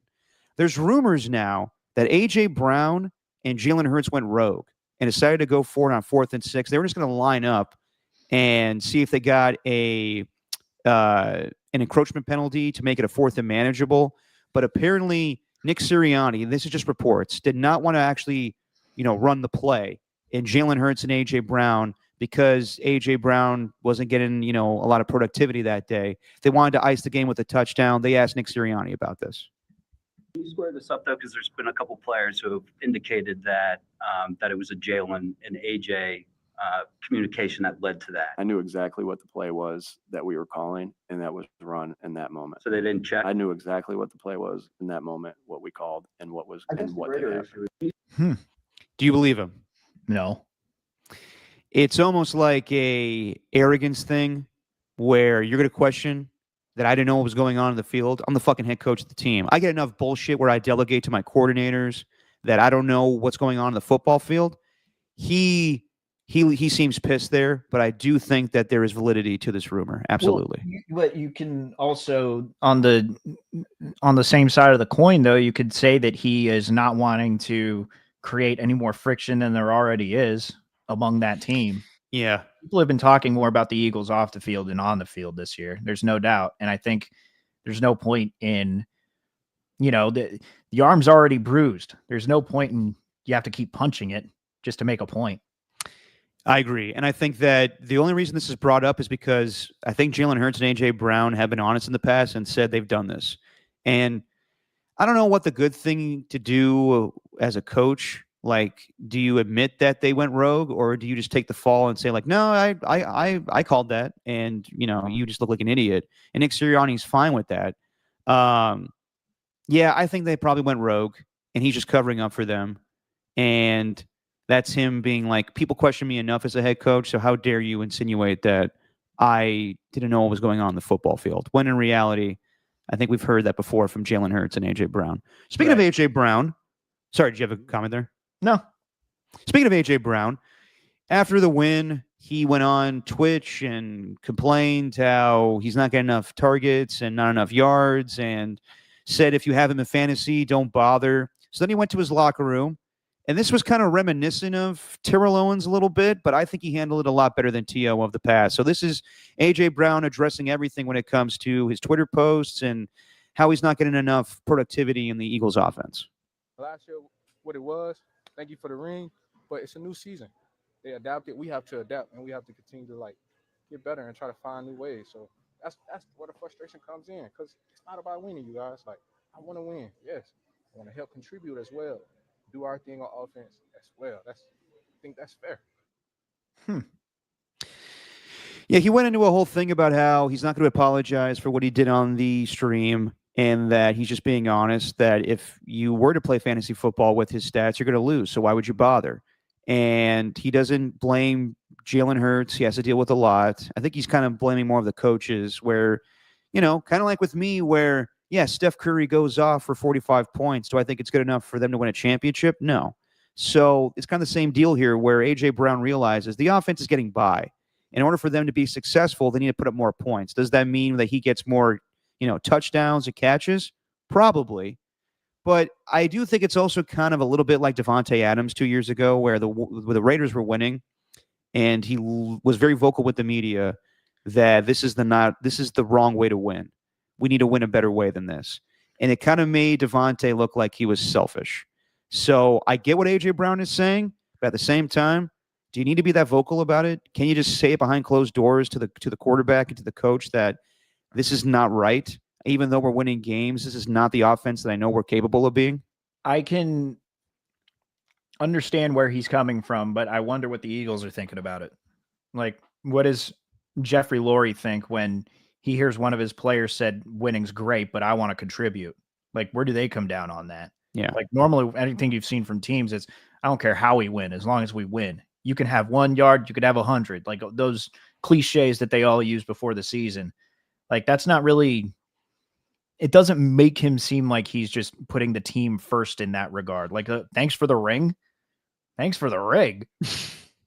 The hell? You know, Yeah. I could see the Eagles reacting in that way. Like, I get where he's coming from. He says, I think that's fair, but I don't know if I don't know if Eagles brass is going to think so. No, because Jeffrey Lurie actually had to talk to AJ Brown this week during practice, and apparently it was a very productive conversation. But Jalen Hurts was asked to talk about this. Do you have this clip, Steven? I do. This is Jalen Hurts, the leader of the team, the quarterback. He always has his, phrases and slogans, and this is what he had to say about AJ Brown, speaking about his frustration with the offense. We got the Detroit Lions, so I'm gonna definitely put a halt to that. I think the more we drive that, the more of a distraction it becomes, and I think ultimately it's about the group. And so things have been what they've been, and they are where they are. We are who we are as a team. We're all we got, and we're all we need. And so, in terms of who we have this week, we got a really good opponent coming into town, a team that is, if I can only imagine, has been waiting on the opportunity to play us, given history and given how good they've been. Been a great team, great organization, great coach, and great culture. And so, my energy, my focus is purely focused on trying to be the best that I can be this week, trying to lead this offense in a way that we need to be led and be the leader I need to be in this time. So I know that some people criticize Jalen Hurts for not having a lot of juice in press conferences or even just being a little too calm during games. And his press conferences or, him saying these phrases, like you said there, just kind of, nothing really, just like we all we got, we all we need. But I do appreciate when there's controversy in a locker room and he's like, I'm not going to talk about this. Like, we're winning games here. I got AJ Brown frustrated on a stream. I'm trying to beat the Detroit Lions, a team that when we're talking about the best teams in the NFC, they're right there with us. Yeah. A team that was number 1 in seeding last year. We were number 2. It was all set up for us to take on them in the NFC Championship game. Sure. I'm not talking about AJ Brown right now. Right. And I think that's just the polar opposite of AJ. Like, all Jalen Hurts cares about is winning. I think we've learned, Derek, is you mentioned that the people have had an issue with how calm he is on the sideline. He doesn't look like anything phases him. No, yeah. I think he's crazy in that regard. Like, I think that's just how crazy he is in that he barely even reacts to winning a Super Bowl. Like, all he cares about is winning and moving on to the next thing. Mm-hmm. Like, it's the complete opposite of Brown. And that's where I don't know if it's going to work out with them. Like, they're just not aligned. And I don't think AJ Brown is wrong to feel the way that he feels, but I just think they're two totally different cats. And I don't know how long that relationship could last, especially when Jalen Hurts is all about winning and he doesn't care how it's done. Like, he's been the one that says, I don't care if I'm throwing 150, 200, 250, however many yards, however many touchdowns, as long as we're winning, I don't care how it's done. Yeah. And AJ Brown clearly does care about how the winning is done, which is why I don't think that this is going to go on much further. And people saying that the media is overreacting to this, like, no, I don't think the media is overreacting at all. I think the media are running with this because AJ Brown clearly wants to make a stink of it. Yeah.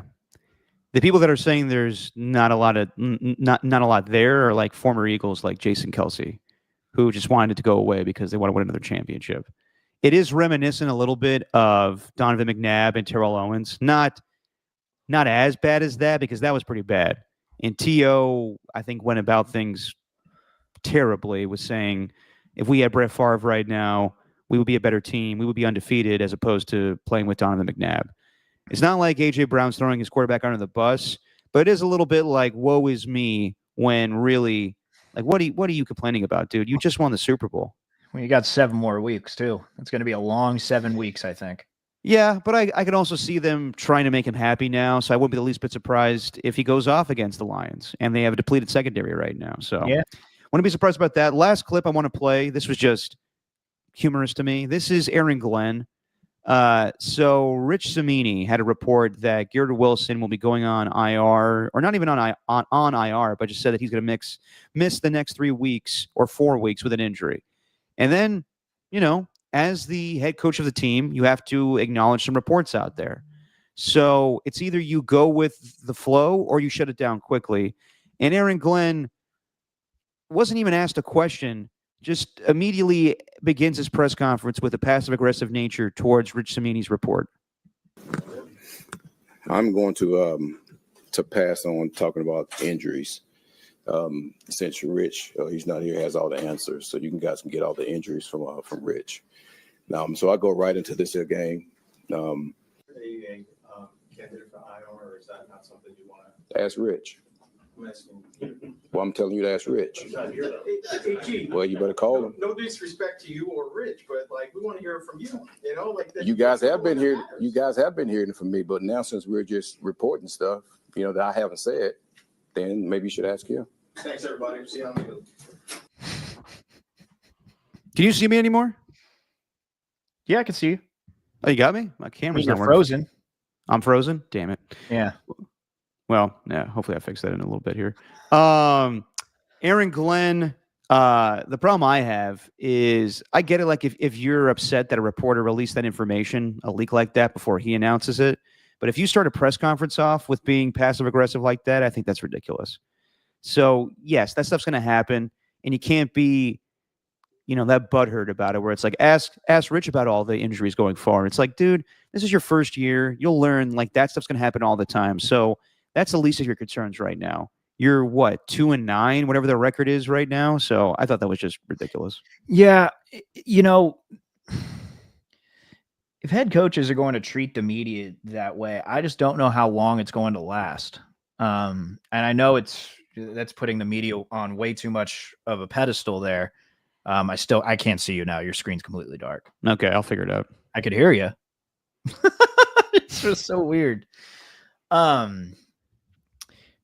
like, if you end up treating the media that way, then clearly something's bothering you with the season, and you're not all that level-headed that I think you need to be as a coach.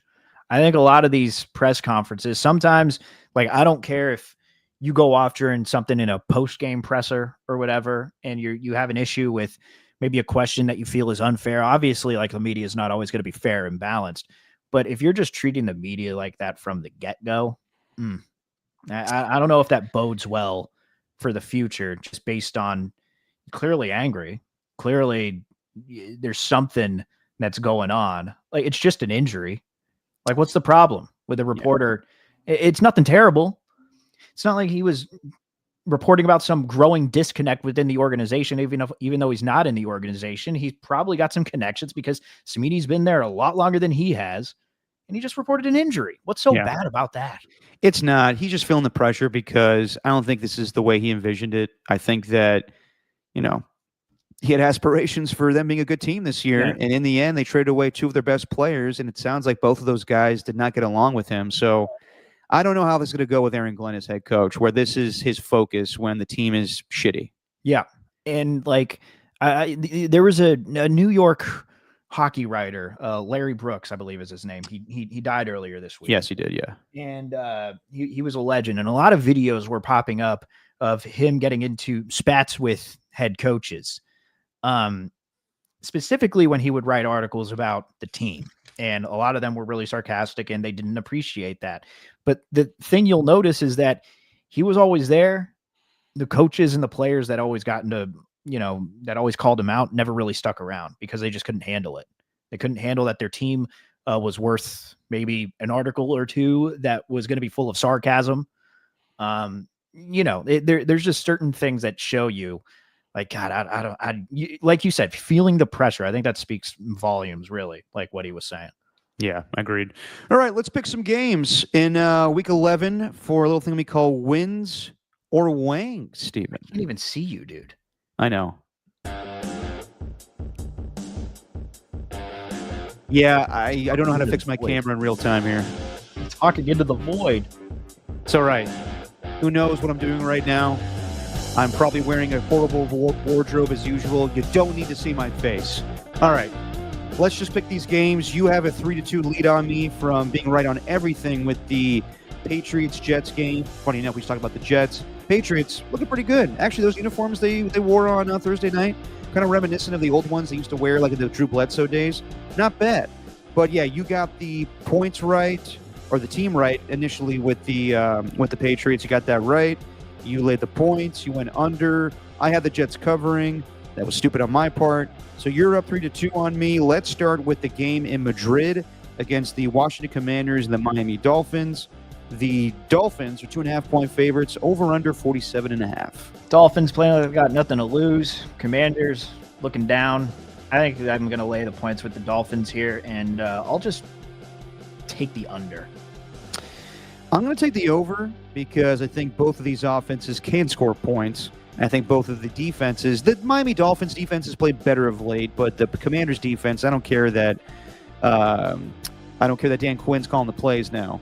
I think that it's just going to be trouble for their defense because they are depleted. So give me the Dolphins. I'll lay the points. I'll go over on the 47.5.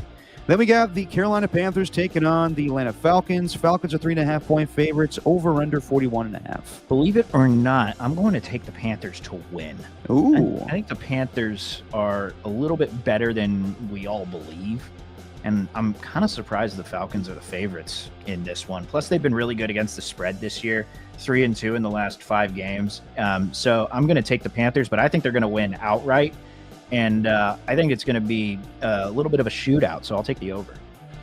I'm taking the under, and I'd like to say that the Panthers are better than what they are, but I mean, last time these two teams played, it was 30-0 for Carolina, but the Carolina Panthers are just so inconsistent where one week they beat the Green Bay Packers and then they lose to the New Orleans Saints. So I think the Falcons, they looked pretty good in their last game against the Indianapolis Colts, taking them to overtime. Then they've lost 4 in a row. They need to, get back to what they looked like against the Buffalo Bills. So give me the Falcons to win. I'll lay the points, and I'll go under on the 41.5. Then we got the Houston Texans, who had a gigantic victory against the Jacksonville Jaguars last week, scoring 36 in the fourth quarter to come back and beat them. It's Davis Mills once again. The Tennessee Titans are coming off a bye. The Texans are 5.5-point favorites, over under 37.5. God damn, 5.5, huh? Yes. Yeah. I'm going to lay the points with the Texans, and I'm going to take the under. I'm taking the under as well. Don't love either of these offenses. I'm taking the Texans to win, but I got Tennessee covering on the 5.5. Then we got a NFC North division matchup, a rematch of Week 1.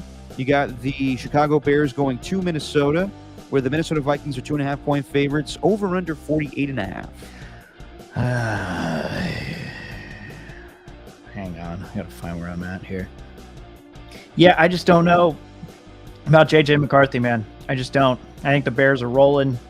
So I'll just take the Bears to win outright, and I'll take the under. I'm doing the same exact thing. I think the last time these two teams played, it was really just JJ McCarthy being good in the fourth quarter.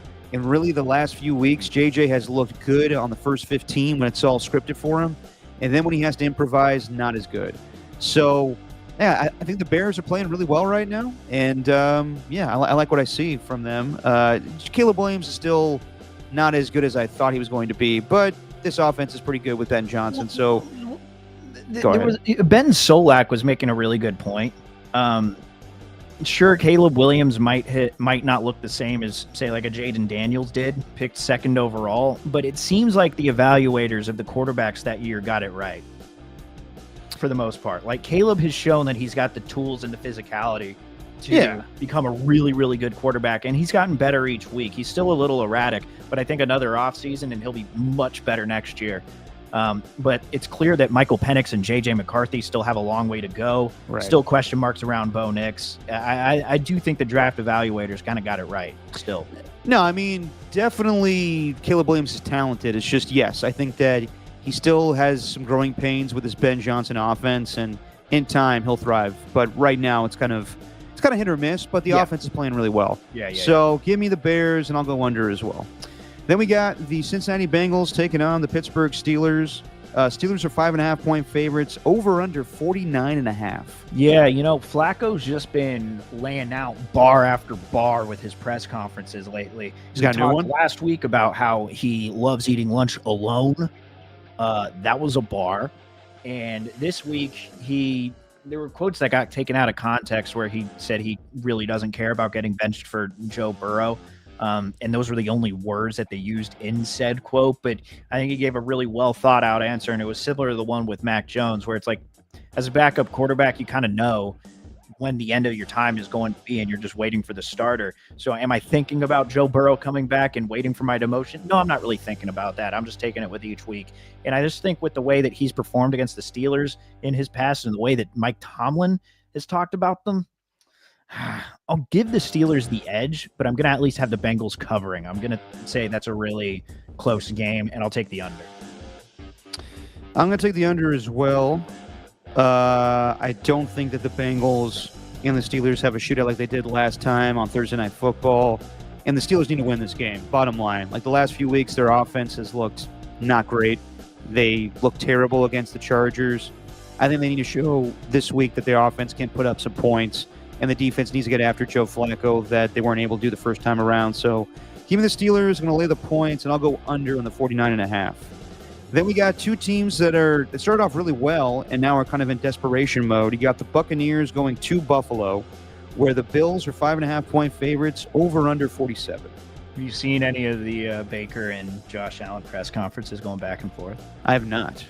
Yeah, Baker, they're clearly friends. I'm sure they've golfed together quite a bit. Yeah. But they were Baker's like, yeah, I got to get walkie-talkies anytime I got to talk to him because he's so damn tall. And considering he's 6'10", I can't hear a thing that he says. He also has really small hands. And then, like, Josh Allen heard that, and he's like, yeah, he wears 2 gloves when he golfs. That tells you all you need to know.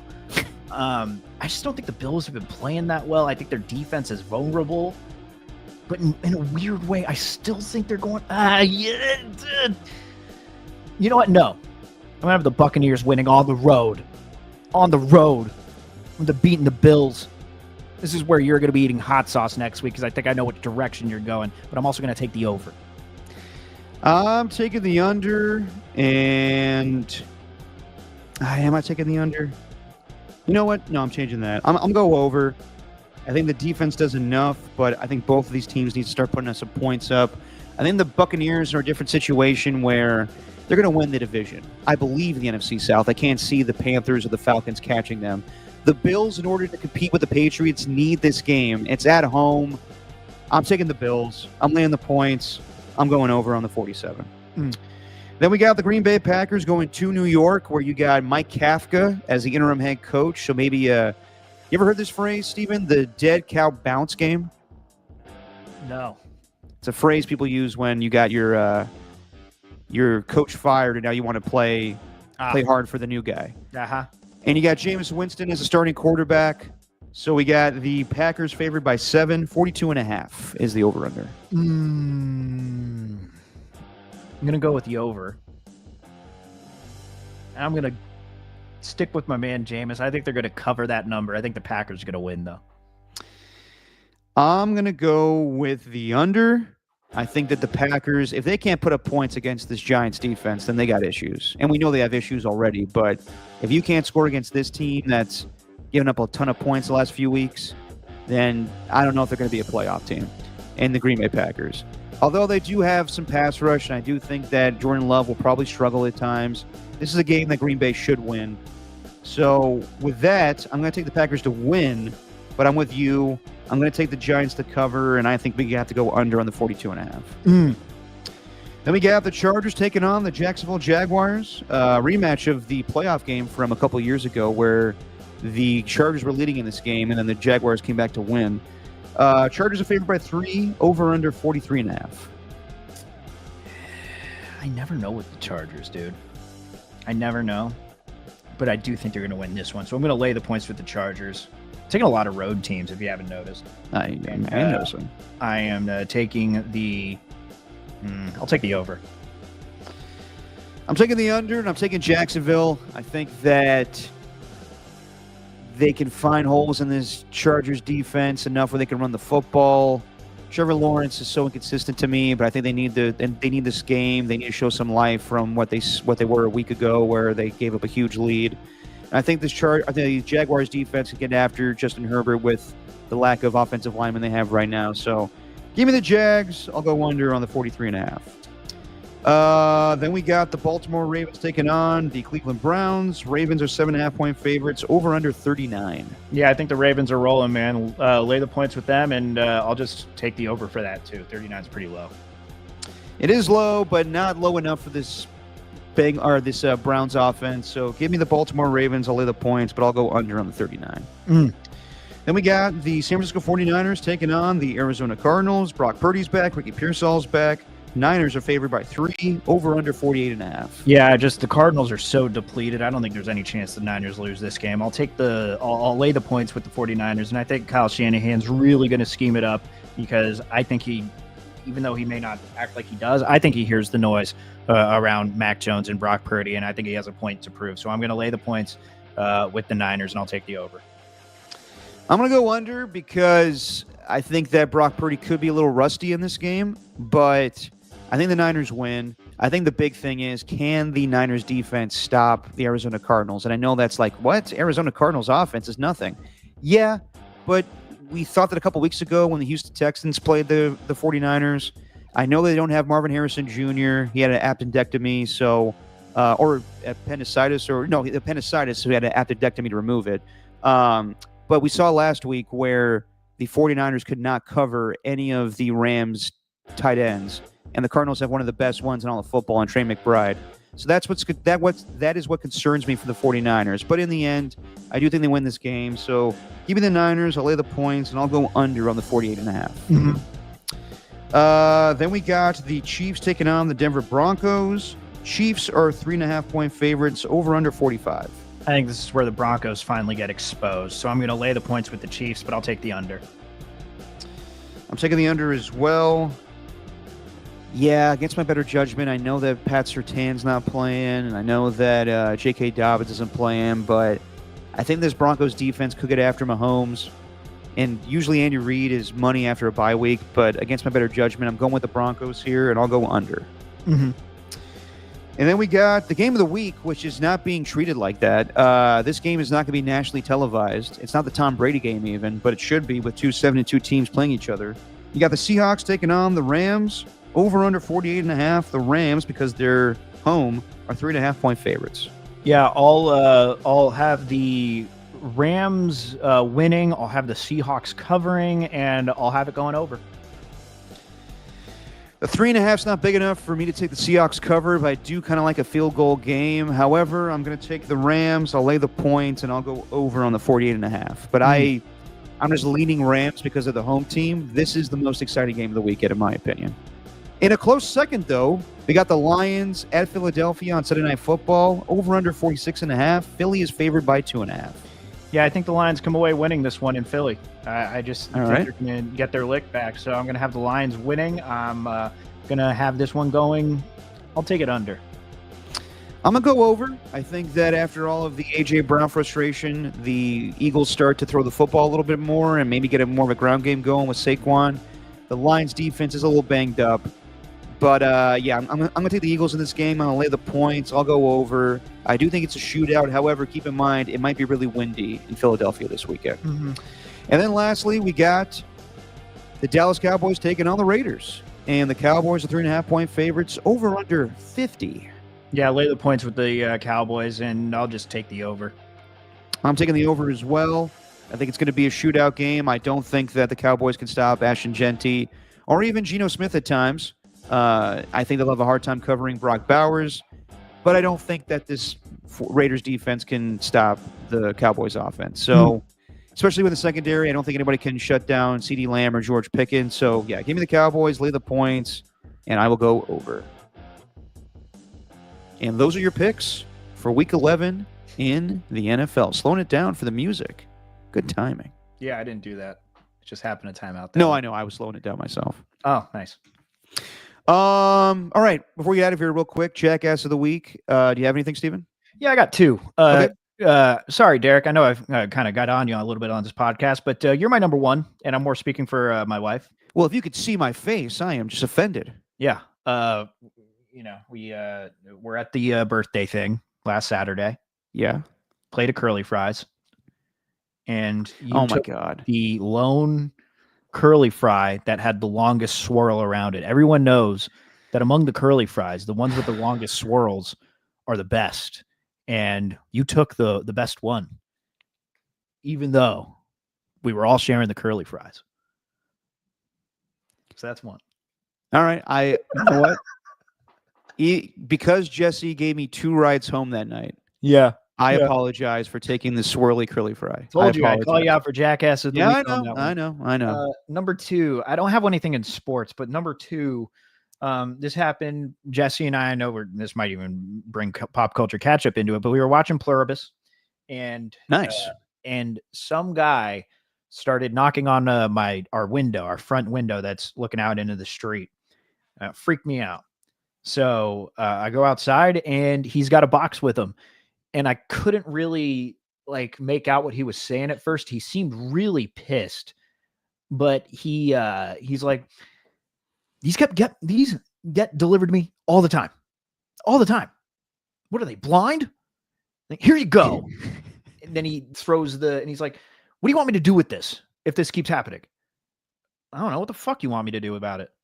Like, I kind of got I was a little antsy because you're just coming at me in the middle of it was like 8:30 at night, and you're just screaming about something that I have no control over. Hold on. Sorry. This is a neighbor of yours, and he's complaining to you that he gets delivered your mail? Yeah, by accident from Amazon people. But it sounded like he was pissed off at the Amazon people more than me, but he seemed he was taking that out on me. Yeah, So 100% he was taking out on you. That's bullshit. For that, he gets my jackass of the week. I literally am like, okay, well, what the fuck do you want me to do? I can see you responding that way. Yeah, and he's just like, I'll just throw him over next time. What a jackass. You know what? Yeah, 100% yes. Yeah, so that's it. That's the jackass of the week. There's a better way to do that. There's a better way of coming to a neighbor and being like, hey, I don't mean to bug you. It's 8:30 at night, but I keep getting delivered your mail. Is there anything we could do about this? And I don't know what you could do about it, Steven, but that's total jackass. Yeah, and I'll say this. He's an Asian dude, and he had a very thick accent. I'm not going to do that because that's insensitive, but that's the verbatim what he said. Okay. All right. Good to know. Yeah. Yeah. It was actually really funny. It was, you remember, Ocean's 11? Yes. Safe. I know exactly. Where the fuck you been? I know exactly what you're talking about. Yeah. Yeah. It was like that. All right. Well, that's just comical. For my jackass of the week, I'm going to have it be Woody Johnson and all of the NFL owners for getting butthurt about these report cards and filing a grievance against the NFLPA because they don't like that their teams are getting drugged through the mud here when it comes to the facility and all that shit.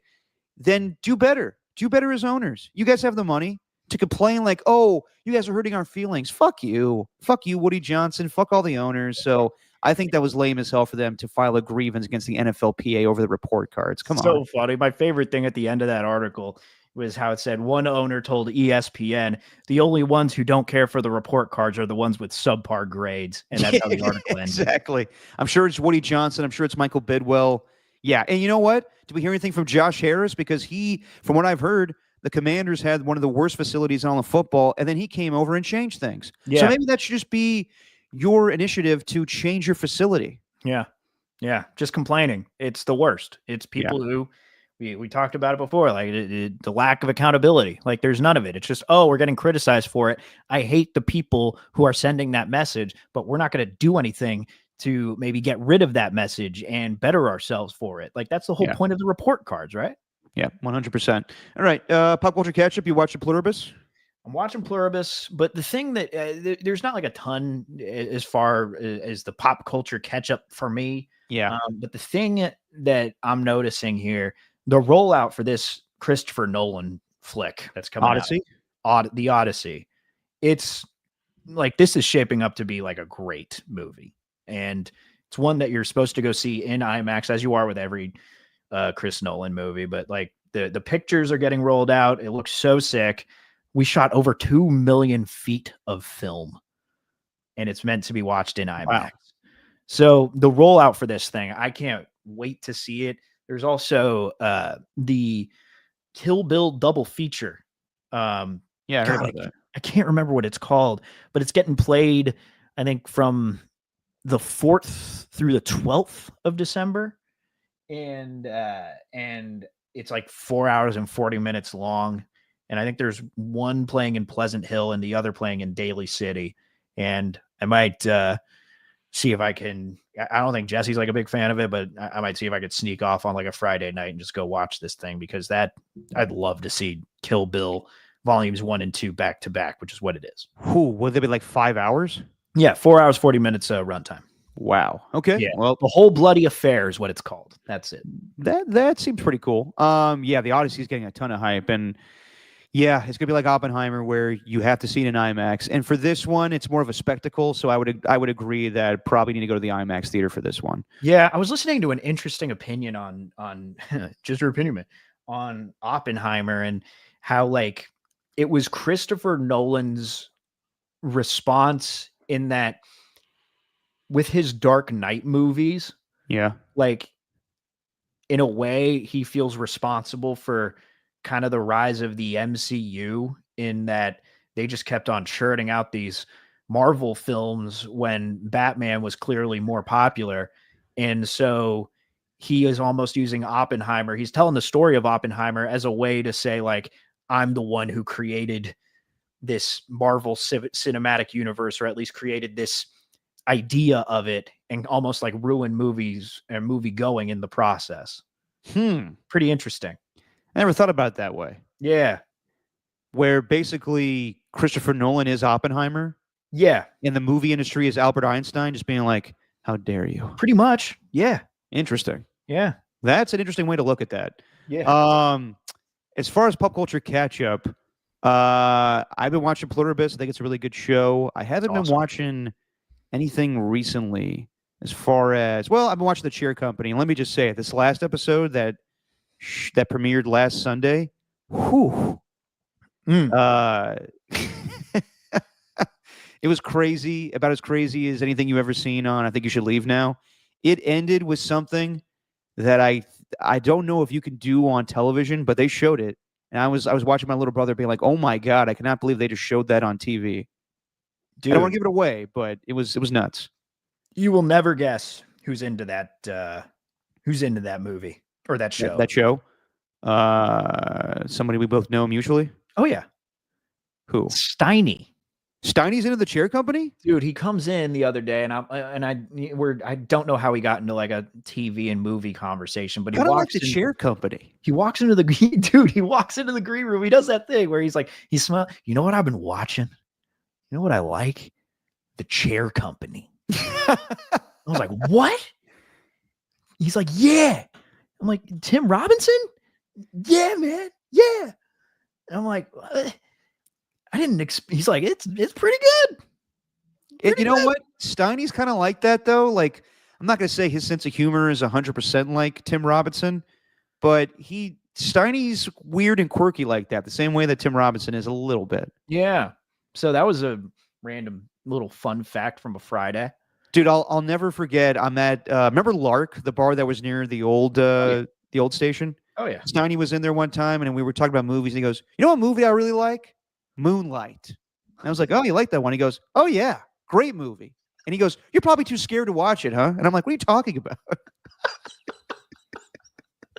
What a weird sense of humor he has. Very weird sense of humor. Real quick before we get out of here, along with pop culture catch up, I guess, but this is more of just a sad story. I was a big fan of Last Chance U. It was a great show back in the day that, put a spotlight on a lot of junior colleges. Obviously, there was the first one. I forget the name of the school, but that's how we all got into it. Yeah. Then there, of course, was the one with Jason Brown, and it was entertaining, but turns out to be that guy was a huge asshole. Along with the first coach, I thought that he was just a guy that wanted a bunch of power. Then there was but Buddy Stevens, though, like he came out and said he didn't. Yeah. He really tried to improve himself after that. He didn't like the way that he looked.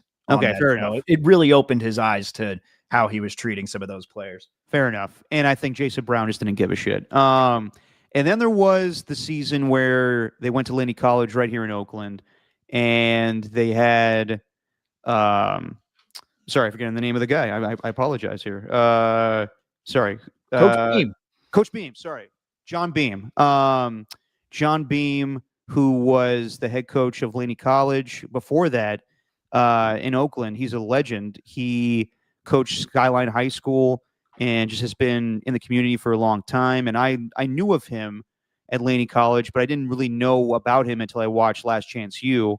And you just saw him, just be great with the kids and be a great coach. And you saw the news the other day where I don't know if he's a head coach anymore, Steven. I think he's just he's the AD of the school.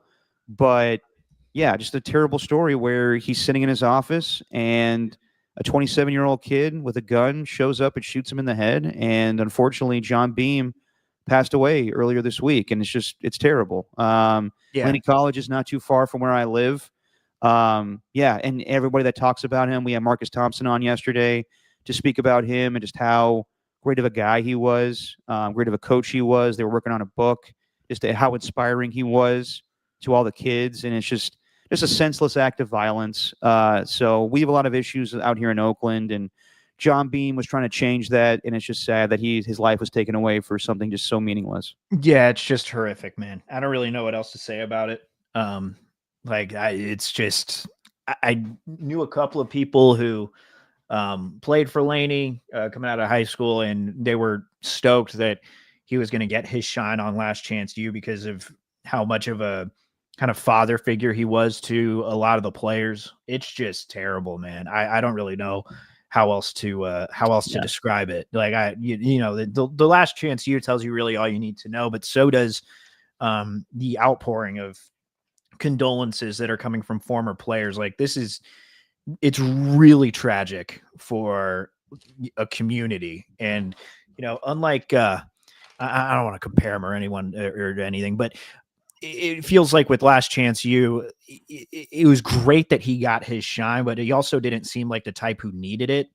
Like he was just happy to be a coach and understood his role with his players. It's so terrible, man. I don't really know how else. It heartbreaking, all of it. It's so, it was being reported on KCBS throughout Friday. And,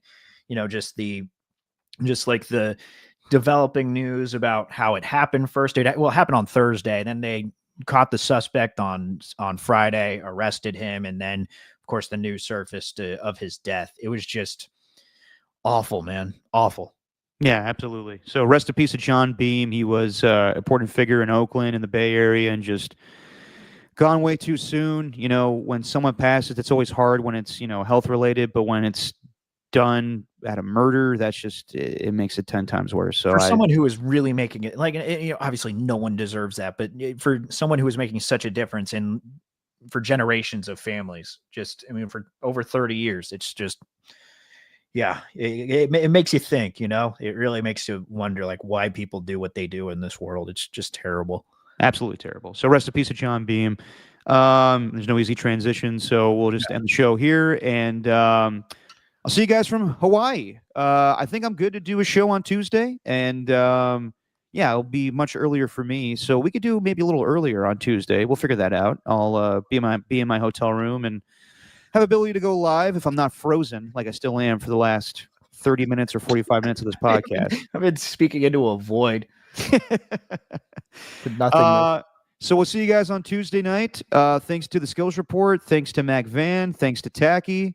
That's Tacky. It's the first time in a while. Can't stick around, but wanted to say eat Hawaiian shit, Derek. Well, thank you. Thanks to AJ Cruz. Thanks to Rocka New Era, I believe. Thanks to Erdy1. Thanks to Chewy's Raiders coverage. Pat H. There was somebody else in here earlier that was a Raiders fan, I believe, but I can't find them at the moment. All right, everybody. We will see you on Tuesday. See you from Hawaii. Steven, say what you always say. It is just our opinion, man.